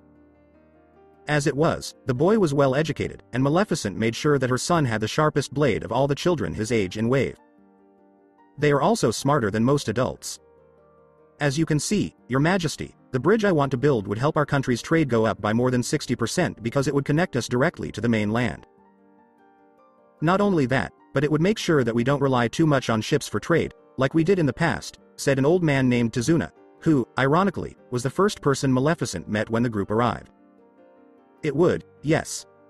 But I thought the people of Wave were very worried about an army of thieves or ninjas coming to take over. Wouldn't this give them a green light to do it? My predecessor was sure it was, even though I didn't think so when you asked him about it before, Maleficent said, and Tazuna nodded in agreement, since her predecessor was right. So, he told her about it now in the hopes that she would give the project the go-ahead. After Maleficent became the previous Wave daimyo's advisor, she used her years of experience and knowledge from her past life to help Wave country grow and become strong. 80% of the time, the Wave daimyo paid attention to what she had to say. Even though she gave a lot of good examples of how Wave would have benefited from following through with certain deals, the other 20% of the Wave daimyo either didn't like or didn't want to listen to what she had to say. The daimyo's choice to ignore what Maleficent said sometimes bit him in the behind, and many people thought he was losing his ability to properly rule over them. The more mistakes the Wave daimyo made, the more angry the people got with him. As a result, they started to support Maleficent even more, even though she looked strange, dark, and a little scary. So when it came time for Itachi to kill the man, he did it in a way that couldn't be linked to the Dark Witch herself. The people didn't mind much that the leader had changed. In fact, they liked it better now that Maleficent was in charge and using her power well to rule the lands around her. So, Tazuna was here to make sure Wave did well with his current plan. Yes, Your Highness. One of these is why he did not like the idea. But the bridge is long and narrow, so even a small army couldn't cross if something bad happened. Also, the money made from more trade could be used to hire samurai from Iron Country to protect the bridge and make it safer. The more secure we are, the more merchants will trust us to protect them when we trade with them, and they will want to do business with us in the future because they will know we can protect them from bandits, said Tazuna. Maleficent nodded in agreement, since such security would show merchants that it was safe to do business with Wave. I don't want to say anything bad about my predecessor's choice, but it's clear to both of us that he was a twit. Don't you think so? Maleficent said this as she watched Tazuna take a moment to think about his answer before nodding. To some degree, Your Majesty, Tazuna said, and the woman nodded. Because of this, I don't want to make the same mistake as the person who came before me. To help you do that, I'll give you the money, materials, and people you need to build this bridge. Maleficent told Tazuna, I want to hear from you every month about how the bridge is coming along and when you think it will be done. Tazuna nodded with happiness in his eyes, since he thought the bridge was the best construction project Wave could do. Thank you, Madam Maleficent. I'll get to work right away on the project. You won't be let down, said Tazuna, bowing once more before leaving to tell the rest of the people the good news. He has so much drive. Could do without his need to drink, but other than that, he cares about the well-being of his country. Naruto, don't you agree? Maleficent said this as she looked at her son, who nodded his head yes. Yes, Ka-sama. I don't know for sure, but from what I smelled during our meeting, I think he had a drink before he came here, Naruto said. Maleficent nodded because she had also smelled it. Since the building of the bridge is done, we need to move on to other things. Especially about the business with that stupid businessman Gato. What do you know about him, Itachi? Maleficent acts as Itachi flew off her arm and turned into a human. That guy is slimy. Mr. Maleficent. At first glance, he seems like a normal guy who runs a legal business that sends goods all over the world. But the man has ties to the criminal underworld in almost every major country. He is in the business of racketeering, extortion, blackmail, selling illegal weapons, smuggling, human trafficking, and prostitution. He puts the money from these illegal activities into secret bank accounts as a safety net for himself, Itachi said, while Maleficent narrowed her eyes in anger at the thought of such a person. Gato made her think of King Stefan a lot. Always wanting more and more from other people, but he never thought to stop taking things that weren't his to take. To think I met with such a man just last week about doing business with his shipping company, Maleficent said. She didn't like the man or his 2 guards, who reminded her of thugs. And because you turned him down, he's looking for a way to convince you that doing business with him is in your best interest. Itachi replied, your health and Naruto-sama's health, to be exact, even though he could tell that his mistress was angry with him. How does this pig of a man think he can reach me? Or more than likely get to my son Naruto? Maleficent asked Itachi, who stopped to think about what she had said. Itachi said, Gato will probably hire ninja from one of the major villages to kidnap Naruto-sama, or he might kill Naruto-sama if he thinks that's what it takes to get his message across, as the woman's anger seemed to grow and spread from her body. Have no fear, Ka-san. I won't let anyone hurt you or me under any circumstances, Naruto said. This made the Dark Witch feel a little better, but it still made her eyes narrow at the thought that Gato's hired help could be out to kill them. And yet, this could be good for her. Maleficent asked Itachi, do you know who Gato would hire for a job like this? Itachi nodded. Yes, madam. I heard Gato say that he was going to hire Momochi Zabuza for this. The ninja in question is a missing nin who used to live in Kiri. After his failed coup against the Mizukage, he and his few remaining followers were forced to leave. Itachi said, he is called the Demon of the Bloody Mist, and he is a master of the silent killing technique. He then went on to explain how Zabuza became a ninja by killing over 100 newly made genin when he was only 12 years old. This caused the people in charge of Kiri to change how the academy graduation was done.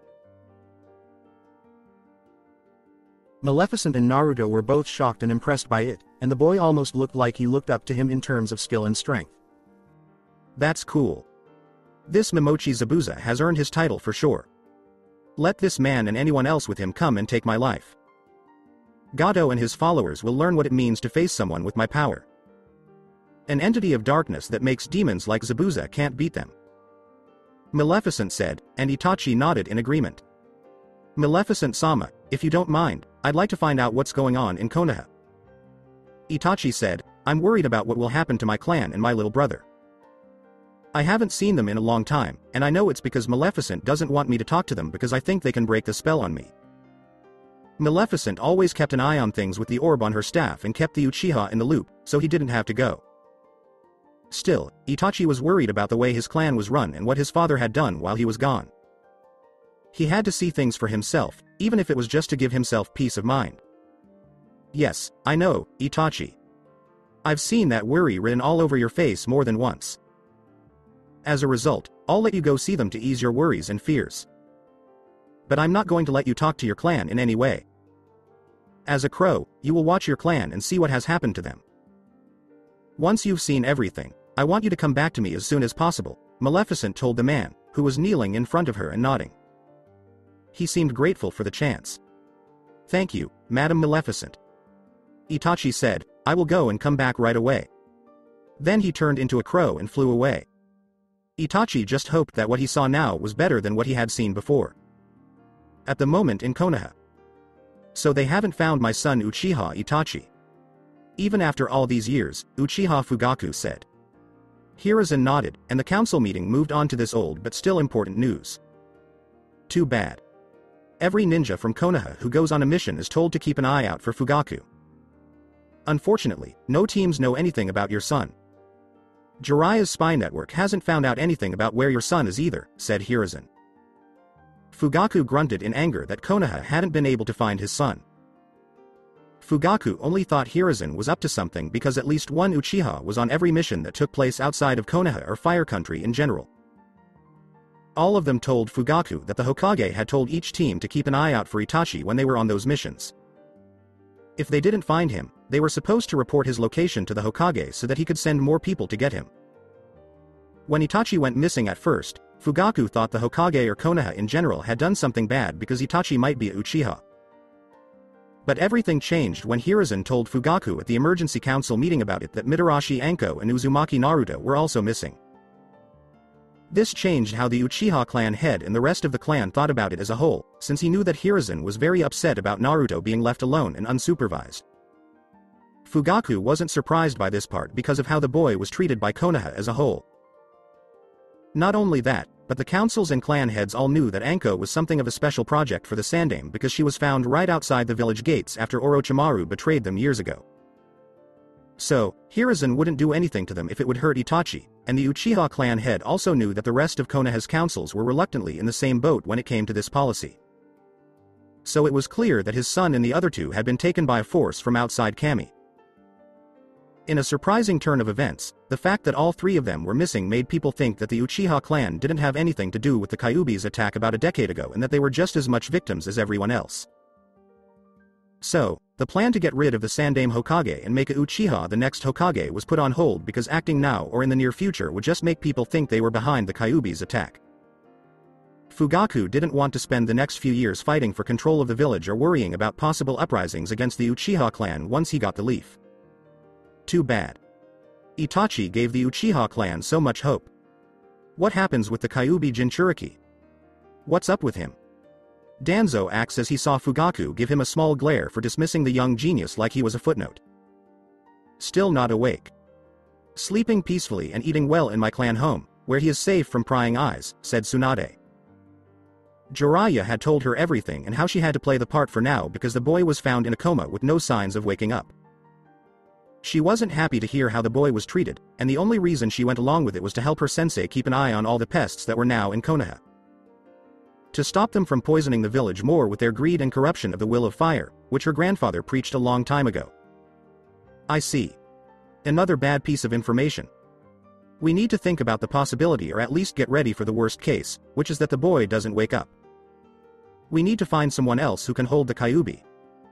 When the time is right, we need to get some of the boy's sperm and use it to impregnate a kunoichi who can have a child strong enough to fight the fox, said Danzo. Hiruzen was frowning because this was brought up in the first emergency council meeting when the Hokage told everyone that Naruto had been found in a coma. You know, Danzo, that won't be possible for a few more years.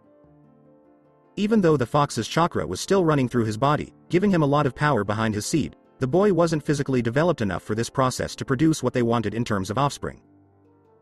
The boy is not physically developed enough for this process to produce what you want in terms of offspring reaching their full potential, Tsunade said, knowing she had to make sure they wasted as much time as possible.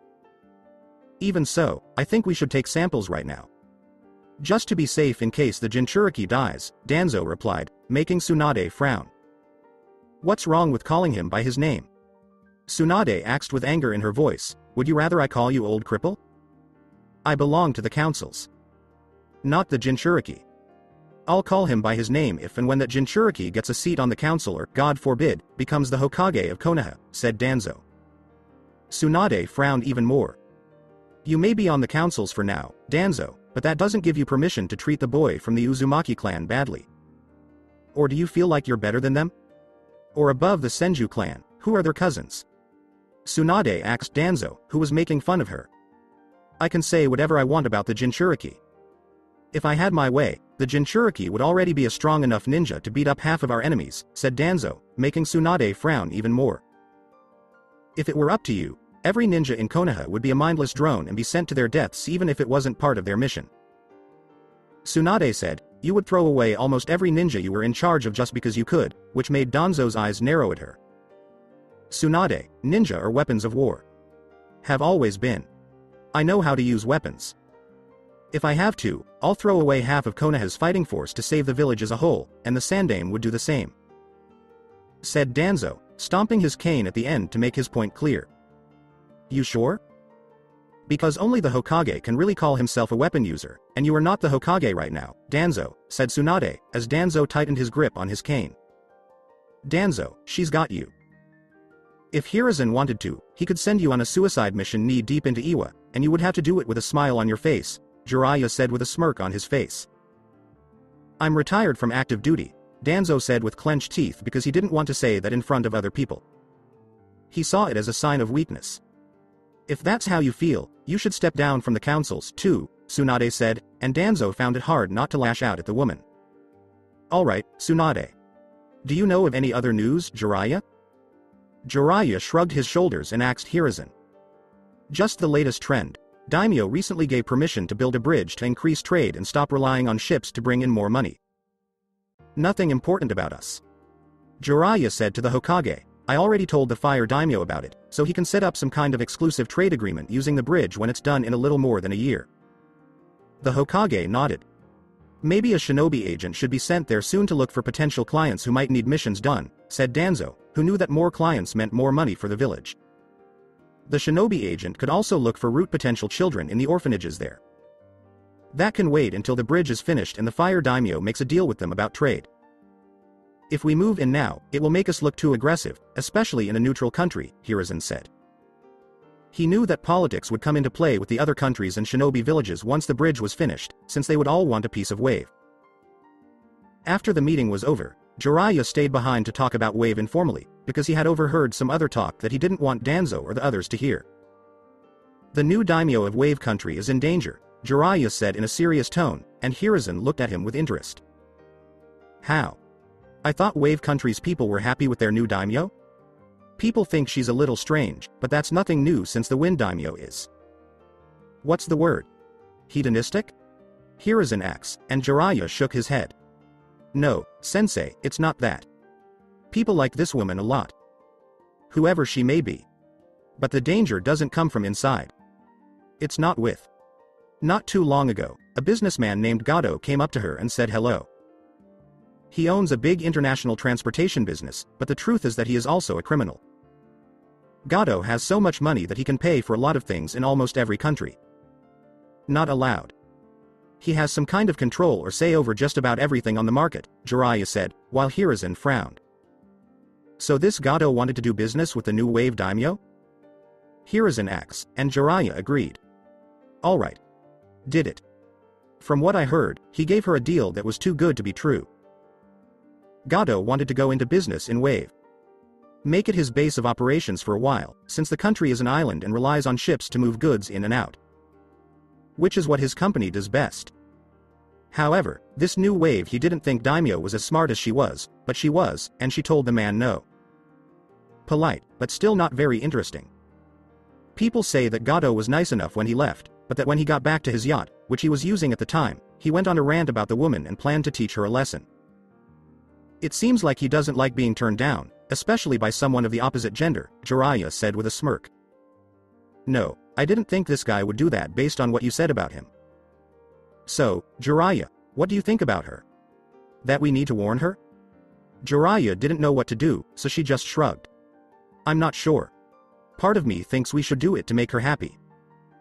On the other hand, my spy network is the only real proof we have. Not only that, but there's no guarantee that this daimyo will believe me or one of my spies if I tell her what I heard, Jiraiya said, and Hiruzen nodded. That's true, but if we don't do anything and this daimyo is killed, we might lose our chance to make Wave Country like us. The trade of resources is unique. Customers are clients. If we didn't do anything, we'd miss out on a chance to corner the market on these things, Hiruzen said, and Jiraiya nodded in agreement. Jiraiya asked Hiruzen, who was grinning, so. Should I go meet this woman? And do you really want to upset her with your strange way of talking? Hiruzen said, when it comes to you and women, Jiraiya, the anger they feel toward you is almost on the level of a biju. Jiraiya was crying anime tears, crouching in a corner, and drawing random lines on the ground with his finger. Jiraiya muttered, Sensei is so mean to the way of the pervert, as a cloud appeared out of nowhere and it started to rain hard. Oh, Jiraiya, stop being such a drama queen. I'm sending you and a simple team to talk to this woman. It should be enough to have 1 Junin and 2 Chunin. It will show that we are serious and not just being mean, Hiruzen said, and Jiraiya answered right away. Really, the man always went too far when someone criticized the weird way he did things. Well, if that's all, I guess I'll leave. When the Sannin jumped out of the window, Jiraiya said, I need to do some research while I can. Hiruzen sighed. Perhaps I should have told him that some of our most dangerous kunoichis are there right now? Then again, it might be good for him this time to get caught and hurt for being a pervert, said Hiruzen before he heard the screams of women from the hot springs yelling about a pervert, the breaking of property, Jiraiya running for his life, and the general chaos caused by the Toad Sannin's actions. And the sudden horror he felt when he realized that his student had just made 3 times as much paperwork for him to do soon. It seemed like the Sandaime Hokage could never win, no matter what he did. At the moment, Uchiha Clan District. Sasuke, you are too hard on yourself. Slow down. Uchiha Makoto told her youngest child when she saw how hard he was training. Mom, I have to get stronger. I have to get stronger to show that I deserve to be the heir of the Uchiha clan. If not that, then finding Itachi when I'm out on missions, Sasuke said. He had been training all day with his cousin Uchiha Tekka in the backyard. Since Itachi went missing, the Uchiha clan has been in a tizzy, and they let the Hokage know they were there as soon as they found out. Itachi was a genius in the clan, and he was meant to lead the Uchiha clan to new heights that had not been seen since Uchiha Madara. Itachi was the youngest person to join Anbu. He also unlocked his Sharingan eyes at such a young age that people thought he was a prodigy just for doing that. But now that Itachi was dead, it was Sasuke's turn. As the son of a clan head, he was next in line to take over for his father and become great like his predecessors. Unfortunately for Sasuke, his father had set a very high bar for him, and he told him that a lot. Itachi had raised everyone's hopes about what the Uchiha clan could do, so everyone expected Sasuke to do as well or better than Itachi. No matter how hard Sasuke trained, it seemed like his father always compared him to Itachi in terms of skill. The clan head would always say that Itachi did something that Sasuke did when he was younger or that Itachi would have learned fire jutsu by then. But so far, Sasuke not being able to open his Sharingan eyes was the worst thing that had happened to him, and the boy's father didn't mind rubbing it in. In fact, the man had just said yesterday that he missed Itachi. He would have made the Uchiha clan very proud to have him in the Anbu at such a young age, since his Sharingan eyes showed that he had the clan's power running through his veins. It also had another effect that made people wonder why Fugaku held Sasuke to such a high standard when he compared him to Itachi. Sasuke was mad about it. Very angry with Itachi and very envious of him. Sasuke was so angry and jealous that if he found his brother, he had no plans to bring him back to Konoha. Well, at least they're not alive. At first, Sasuke wanted to get stronger so he could find Itachi, bring him home, and make the family whole again. Easy, right? Sad to say, his father's constant negativity about Itachi made the young Uchiha hate his older brother. Things got so bad for Sasuke that he started having murderous thoughts instead of happy ones. The Uchiha had murderous thoughts about finding Itachi, possibly beaten and tortured, and hoping to see Sasuke again. He wanted to get out of whatever prison he was in so he could go back to Konoha and become the Uchiha clan heir again. Only for Sasuke to take his chosen weapon and stab Itachi in the heart, twisting the blade as he did so. Hearing Itachi scream in pain, shock, and sadness after his younger brother killed him. Sasuke thought about the story he would tell about how the enemy held Itachi, tortured him for information, and then killed him before the younger brother could save him. Itachi would be a symbol of how great the Uchiha clan is if he died for them, and Sasuke would take over as the next clan head. Father would be too sad to lead the clan, and mother would be proud of her youngest for taking charge when everyone else was sad. Don't put too much pressure on yourself, Sasuke. You're still growing up, Makoto said to her youngest son in a loving tone. She was worried about him and feared for him because of the way he sometimes looked at her. There was something dark about them. She was trying to stop the darkness in him from spreading and getting stronger. And she was losing the battle bit by bit. The other Uchiha clan members weren't much help either. They told Sasuke over and over again that he was doing well, bringing honor to the clan, that he would be a real Uchiha once he got his Sharingan and could fight with Itachi. She missed her oldest son so much. Makoto couldn't help but think about what would have happened if her son hadn't been taken from her. She should have known, right? The woman was so worried about her son that Makoto didn't notice the Sharingan eye-powered crow hanging from a tree branch. Seeing how she did everything. Even the dark hatred in the boy's heart, which made him very sad. You're a silly little brother. Taking the path of darkness, just like my father did before I left. It looks like the clan is going to fail in some way, whether I join it or not. Whether he does it or you do it. Only I can say for sure how it looks. The crow thought, I need to talk to Maleficent-sama about this, and if I can return, I need to find a way to stop the clan from killing itself. Then it cawed and flew away. Did you hear that? Makoto asked as she and Uchiha Tekka watched Sasuke train. It's just a crow. It's not a big deal, said Tekka. Makoto, on the other hand, felt a mix of hope and sadness in her heart. Makoto thought to herself, Itachi. She thought that the crow was a sign that her son was still alive and would find a way to come back to them. Gado's yada after a few days. So this is the woman you want me to kill? Her and this brat? Zabuza asked as he looked at the picture that one of Gado's goons was able to take of the woman walking around with her son. Yes and no. I need to send the people of Wave a message that I run things now. If you can't get to woman while there, go for that son of hers. She seems to cherish him a great deal. My guess is she is one of those women who has a low chance of getting knocked up, and did by some miracle with this kid being the byproduct. Make sure his death is a painful one.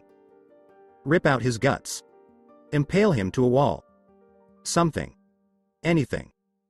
That way, when I see her again after it all happens, I can throw my weight around in implying he died through me, and instill fear into the bitch's heart. Don't go for her unless you have to, and make sure if you do kill her, that the bitch's head is on a pike for all to see with my company banner on it.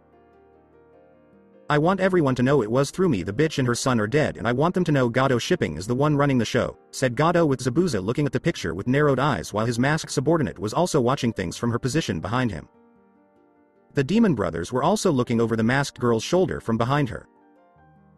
You do realize that if I do this, we'll get in a lot of trouble, so this is going to cost you a lot, Zabuza said, while Gado frowned at the idea of paying these ninja for this. Gado asked Zabuza, how much? Zabuza turned the picture over, wrote a number on the back, and gave it back to the businessman. That much, Zabuza said, and Gado, who was angry about the price tag, clenched his teeth. Gado was angry and said, I shouldn't have to pay that much just to kill some high and mighty bitch on a throne. Zabuza was narrowing his eyes and leaning forward in a very threatening way. Listen here, Gado. My group is the one doing the killing. My group is going to be the one taking the heat for this woman's death, if not her son's, when we succeed in doing the job. Killing other ninjas is one thing, but a daimyo is not easy for ninja to kill, no matter what you may think. I tried to kill the Mizukage and failed because he was well protected outside of his own monstrous power. He's the only person with authority below the water daimyo, and the latter has an army. I don't know what this lady's protection detail is, but I can tell this woman's got some punch to her, and the people of Wave love their devoted daimyo. If I do this, I'm blacklisted from this place, and I will have Mist Hunter Nin all over my ass once word spreads about what we did. You're lucky I don't charge extra for the gory aftermath that will follow once we take off either or both their heads. A good chunk of that money will go to helping us with bribing people to stay underground and undetected when the fallout of this happens, countered Zabuza, since many like Gado would think a price tag on a hit like this would be too much to pay, but most failed to realize a good chunk of the money went to the cost of staying hidden. He had to pay a lot of money because he was missing Nin, and all of those bills were big. The price would cover enough so that he could use the extra money to pay for his campaign against the Mizukage. Gado said, fine, I'll pay. Just do the job right the first time or I'll cut your pay in half. Zabuza smiled under his bandages. I only need one time, Zabuza said as he left with the group after taking the picture from Gado. One of the businessman's goons asks, are you really going to pay him that much, sir? Of course not. You saw the price he was asking for. It was crazy. That's extortion, and I'm the only one who can do that, Gado said. He thought that those with money made the rules, and he had more money than some daimyos. Gado could and would take advantage of someone in a business deal if he wanted to, since it was his money. He had the money and the law on his side in the end. But how will you deal with him, sir? We can't beat a powerful ninja like Zabuza, and we don't know anything about his subordinates, a second good axe, as Gado smiled. The man said it himself. This job will get the attention of the Hunter Nin who are looking for guys like Zabuza. We call his old village and tell them where to find their lost demon of the mist. By the time Zabuza finishes the job, those guys will be all over him and his support when they least expect it. Hopefully, they will kill him and the other three with the man before they leave. Maybe they'll even give us a little finder's fee for our trouble. The Castle of Wave Daimyo. Your Majesty, there are some Konoha shinobi here to see you. They asked for an audience, said a humble servant Maleficent had chosen to keep track of the people who came to see her to ask for her approval or help with something. Did they tell me why they came to see me? Maleficent asks, even though she already knew why they were in Wave. The Sanin of the group had gotten a boat to get there. No, Your Majesty. They just said it was very important that they talk to you, said the man with his head bowed because he was afraid he had upset her and didn't want to see her angry face. How he wished her son was here right then. Her son always seemed to bring out a rare side of the woman that was kind and caring. Maleficent wasn't rude, but you couldn't treat her badly and get away with it. Few had tried because they thought they could force the woman off her throne or weaken it by dropping hints that her son would suffer if she didn't step down. People learned that day that they shouldn't test this woman's anger when she used some kind of power and killed the fool who made that threat. And right in front of the man's bodyguards and the few nobles Wave Country had when they went to court to talk about business. Maleficent asked her loyal servant, I see. Where are they now? In the main waiting area, Your Majesty. I told them to wait there while I went to talk to you about giving them an audience. I also have several of the samurai we recently hired from Iron Country watching them so none of the ninja can suddenly decide to leave to look around, said the servant. Maleficent nodded in approval at the man's quick thinking to make sure these ninja didn't leave to look around for something or someone in particular. You did well, my servant. I would have been very upset if you had left them alone. For all we know, these Konoha ninja could be here to kill me or, even worse, my only son. If that happened, I don't think I need to tell you how vengeful I can be, do I? Maleficent said, as her servant bowed his head and shook his head. No, Maleficent-sama. I don't wish your wrath on anyone. But I don't think they are here to kill you. There are only 4 ninja with them. One of them is the Toad Sannin Jiraiya. The Junin is one Hitaki Kakashi. They have 2 Chunin with them. One is Yuhi Kurenai. The other is an Inuzuka Hana from the Inuzuka Claw. She didn't want the Inuzuka woman or the dogs with her to smell the boy before they knew who it was. If that happened, the group would go back to Konoha and tell the Hokage what they smelled. The old man would soon figure out where Naruto was by putting 2 and 2 together. He would send ninja after ninja into Wave, or he would use politics with the Fire Daimyo to get her to give him her son on the grounds that he had been taken. She wasn't able to and wouldn't let it happen. Still not. Still, it wouldn't hurt to leave a few breadcrumbs for them to follow to the end of the road to the truth and watch their future plans blow up in their faces. Send them in, but tell them that this meeting needs to be quick and to the point. I have other country-related things to take care of, and I don't want to waste my time listening to pointless dribble when I could be planning how to make my domain even better than it is right now, said Maleficent. The servant nodded, knowing that the woman had made so many smart decisions about Wave Country that he didn't doubt her for a second. At once, Your Majesty, said the servant as he bowed and ran off to do his job. Let's see what these fools want with me when they get here, he said. I don't think they even know that Naruto is here. If they did, it wouldn't just be the Sannin and the 3 other ninja who work for him. No. He would have come with at least 5 divisions and the Hokage to help them get what they wanted. Maleficent thought, this is just a courtesy call on their part, as the group entered the throne room and bowed to the Dark King in front of them. Thank you for seeing us so quickly, Daimyo-sama. I'm Jiraiya of the Sannin, and the Sandaime Hokage sent me here on a small mission from Konoha, Jiraiya said, as Maleficent nodded. And to what do I owe the honor of your visit about this mission of yours? To send someone like yourself means this mission must be very important, right Jiraiya of the Sannin? Maleficent asked Jiraiya as she nodded. She was glad the woman wasn't adult like some leaders who didn't know what they were doing and relied on their advisors. But her dark clothes and horns made him a little worried? Yes, Your Majesty. My spy network has found a plan to kill you and maybe your son, Jiraiya said as Hana's 3 dogs started sniffing around and suddenly whimpered in fear. Assassinated? Me? And my son? Who in my country, which I love, would be brave enough to betray and kill me? Maleficent acts, even though she already knew but had to act like she didn't know. And it was fun to watch the scared Konoha shinobi look at her with a sudden jolt of fear. It was a businessman named Gato. He hired a missing nin named Momochi Zabuza, formerly of Kiri, to do the job. Not that long ago you granted Gato an audience regarding a business opportunity he was seeking here in Wave Country and you turned him down. He did not take the rejection well, I'm afraid, answered Jiraiya while Hana began trying to calm her dogs while Kakashi and Kurenai easily noticed the woman in front of them was not an ordinary daimyo by any means. Not in the least. Apparently not. I see I was too kind to let him go in one piece. Even if the fool didn't offend me outright when we met, I knew his business offer would drain my country dry, and my people would slowly starve. Now the fool is a sore loser in our little game from the meeting we played and wants to get back at me, Maleficent thought as her magical power slowly leaked out of her, spreading on the ground, the candles in tatters. What kind of power is this?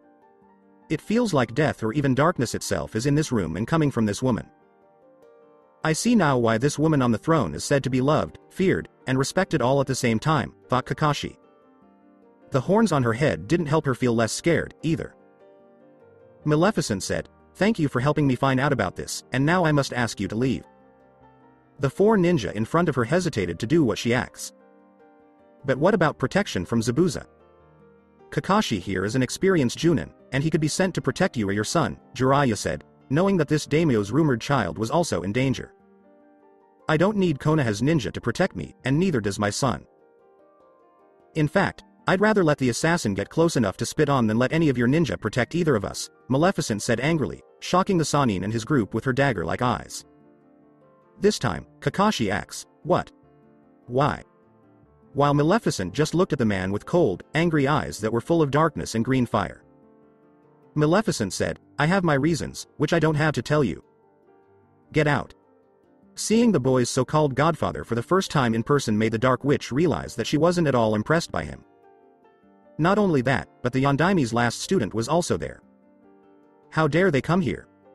Maleficent's eyes looked like they were full of danger. 2 people who knew her son's naive father were in Konoha, but they didn't do much to help the boy. Never ever going.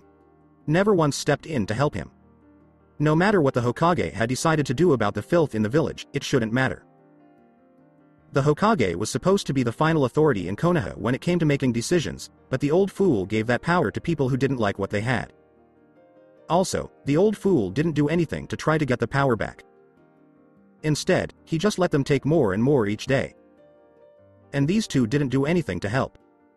Her old minions were better at ninja than these 2 idiots, which is saying something. One person spent all his time with women in brothels and writing porn. It's awful. The other reader talked about porn and was late. When asked why he was late, he made up lame reasons. How sad.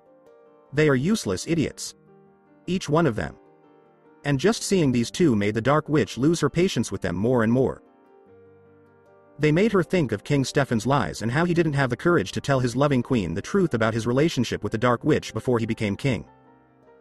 About how he took her wings but left her in so much physical and mental pain that she wanted to get back at the fool for what he had done. With all due respect, Your Majesty, I must protest your decision to throw us out when we could help defend your home and find weaknesses your assassin would use to kill you, Jiraiya said as he slowly walked toward the woman before being violently thrown back by an unknown source of incredible power coming from Maleficent's staff. As I told you before, Jiraiya of the Sannin, let this killer for Gado come.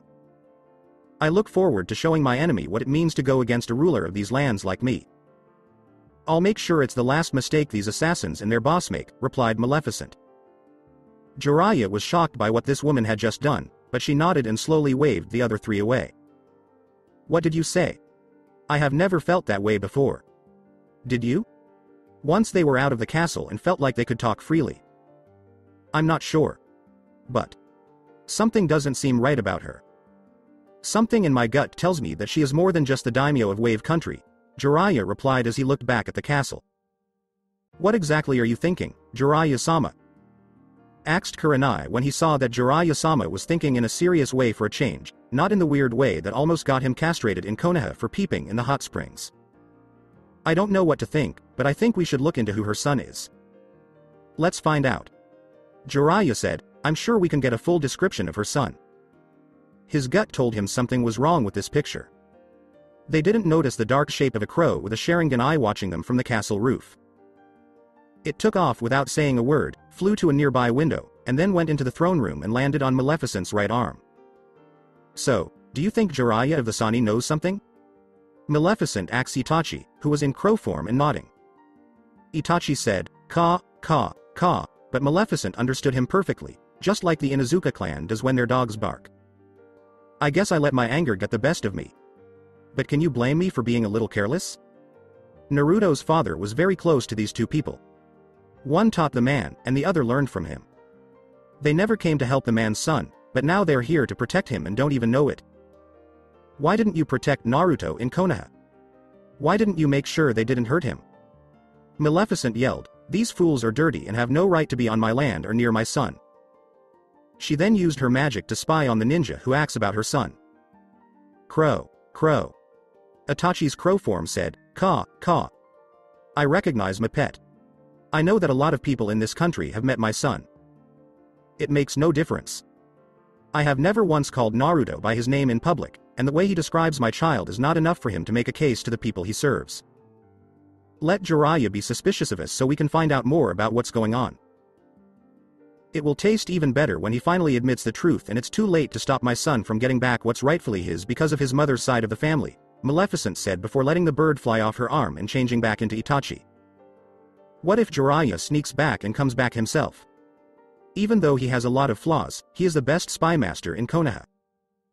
He can go places that not many people can, and Jiraiya might try to come back here soon. Itachi asks, what if the Sannin uses Wave to find Naruto and comes here to get him? Maleficent smiled at him. I promise you, Itachi, that Jiraiya's level of power is nothing compared to mine. Since I've been taking chakra from my son's body to get stronger than ever before, Jiraiya's power is nothing compared to mine. When my son first set me free from the Toad Sannin years ago, I was more than ready to take care of it. Getting back to Naruto, how is my son? You took him to the ruins of the country where his real mother grew up, right? I hope that seeing them wasn't too scary for him? Maleficent asked questions because she had heard that Whirlpool's ruins weren't far from Wave and that some of Whirlpool's pieces had broken off and become part of Wave. So, Itachi and Anko let Naruto go on a pilgrimage to see it so he could learn as much as he could about his family's clan before it was destroyed. No, Madam Maleficent. I looked ahead to make sure that what Naruto-sama could see wouldn't hurt his mind too much. I got the feeling that he wished he could know them and was curious about what they thought of him. Anko and I tried to help Naruto-sama as much as we could, but alas, our words can only mean so much when it comes to something so personal, Itachi said, and Maleficent nodded. Where is my son right now? Itachi nodded once when Maleficent asks, are you training with Anko? Yes. While you watch, he is training and looking through the ruins for anything related to the Uzumaki clan that could be brought back to learn.